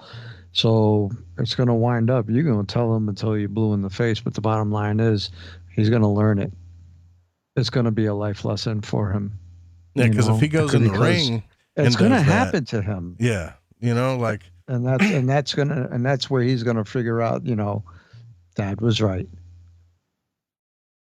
Yeah, and it's a hard thing to explain too, because I get a lot of girls that, oh, you're being hard on the kid, you're being too hard on him, and I'm like, I don't think you understand from a man's point of view, like, especially as a teenager, growing up trying to learn, like, to be a man, you have to learn how to protect yourself and other people, and sometimes you got to be not so nice, you know? Like, you ever seen that movie? When you're in the ring, this is not, you know, an everyone wins inclusive kind of thing. It's just like life. Yeah. It's just like life. You know, it's like, you know, if you give up, you give up. Yeah. And he had the kid on his heels. He had him on his heels. He hit him so hard the kid couldn't recover. And I was like, all you had to do was hit him a couple more times and they would have stopped it. You'd have been declared a winner. Now, he don't have that killer mentality yet. So it's like, if you get into the ring, I promise you, if they hit you like that and you're backed up on the ropes, and you can take this as a metaphor in life if you want to, they're going to come after you still. They're going to smell blood and they're going to finish you. And if you aren't able to do the same thing, you're going to lose fights. That's how that works. See, you know, and he don't have it in his heart yet to do that, if that makes any sense. Yeah, it's okay. But he's going to learn, right? Yes, he is. He's going to have to learn. He wants to continue in this. Yeah. Well, at first it was, you know, it was one of those deals where I was trying to teach him, like, boxing's not a joke. You know, he's kind of he never played football like I did, so he doesn't really know about war or fights or any of that stuff, right? Battle of any type, you know. And God didn't put you here as a man to be, you know, you got to be able to protect yourself. Sorry. I believe in it's that. like push-ups, you know. You can't read about doing push-ups. You got to do the push-ups. And you got to be able to protect, like, genetically, you're here designed this way so you can protect not just you, but others that you care about too, and things that you care about. And I guess I'm just telling a man story here, but anyways, you know, watching him get hit was rough at first, because it's like, when you get punched in the head the first few times, it's not good, right? So I'm trying to tell him, like, especially when you get hit in the nose and your eyes water up and, you know, it hurts so bad. And I'm like, Corbin, you have to mentally push yourself to still keep your eyes up, to stay in the fight, keep your eyes up and shake off the pain and push through it.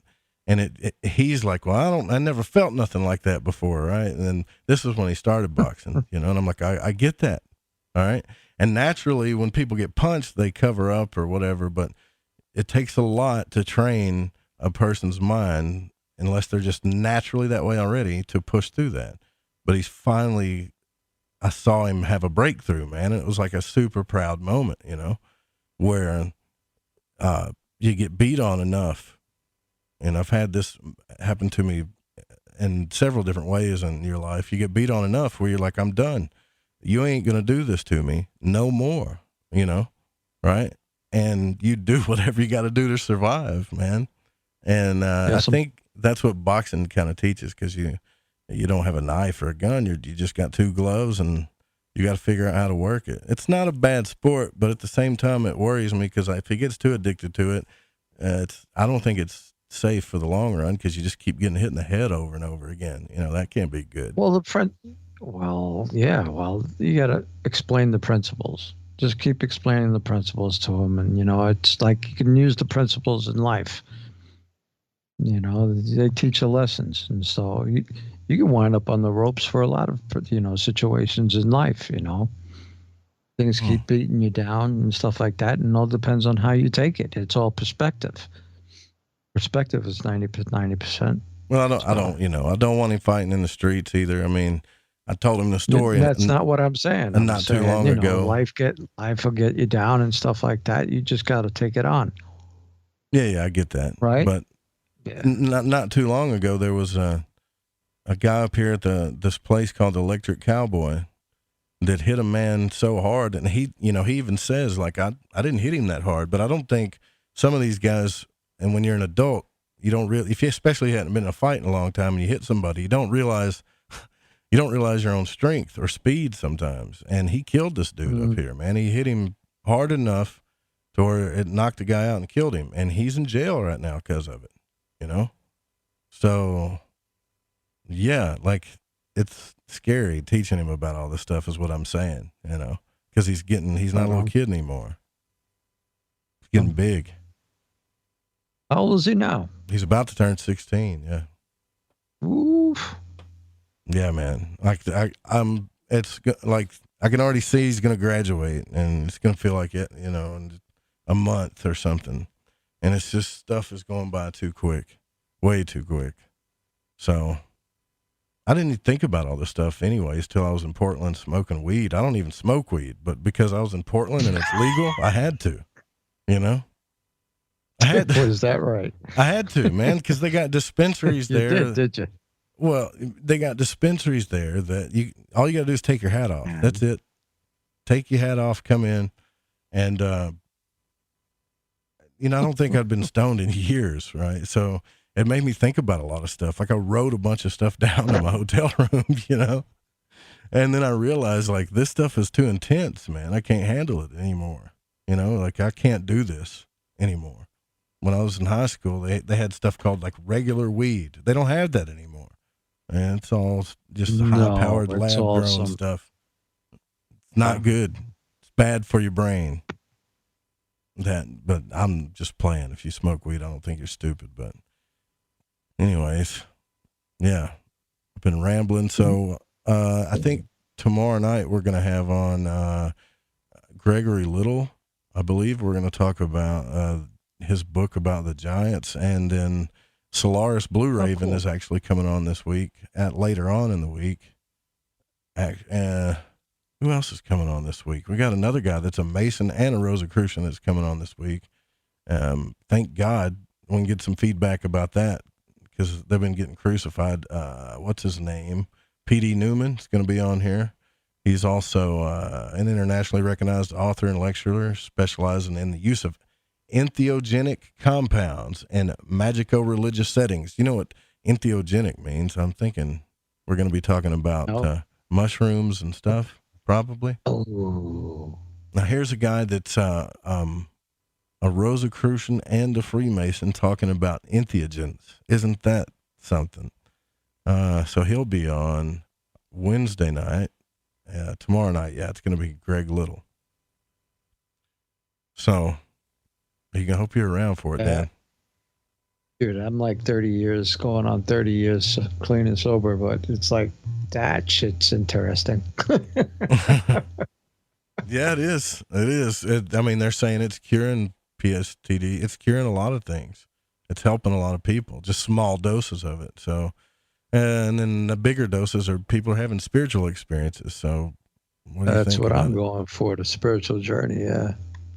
Well, I have to come up to Pennsylvania. We can have one together. What do you think? We'll go on a vision quest. No?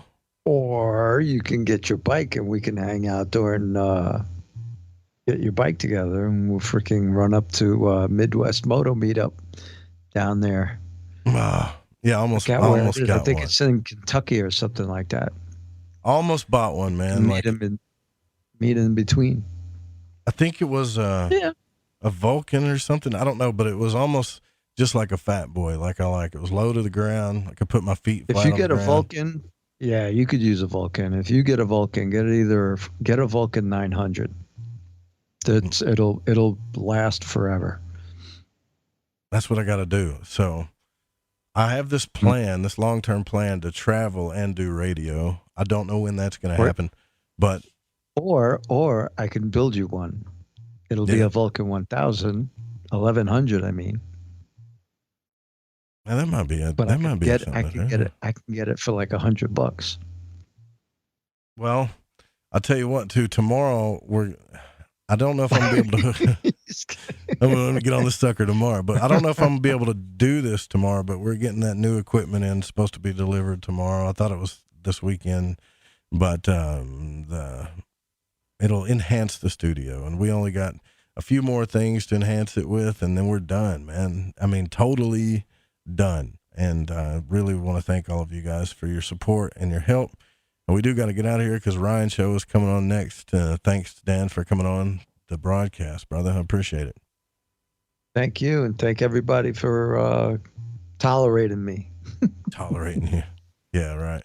It's tolerating me. That's the problem. But listen, we'll see you guys tomorrow night. Same time, same channel. And don't forget that the show is produced by the Fringe FM. Please don't copy without written permission. Main music was by Chronox at chronoxofficial.com. Also want to give a big shout out to Pacho, Amanda, Don, Eric Markham, Jeremy Scott, the Reverend Dan Lopez, Dennis, all of you guys in the Fringe FM chat. We love you. Stay in there chatting. See you guys tomorrow night. Thank you. Good night.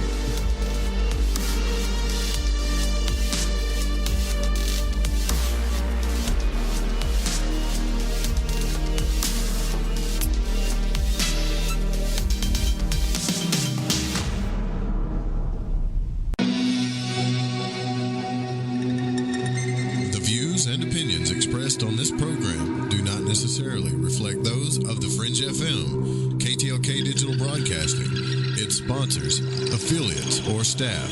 Listener discretion is advised.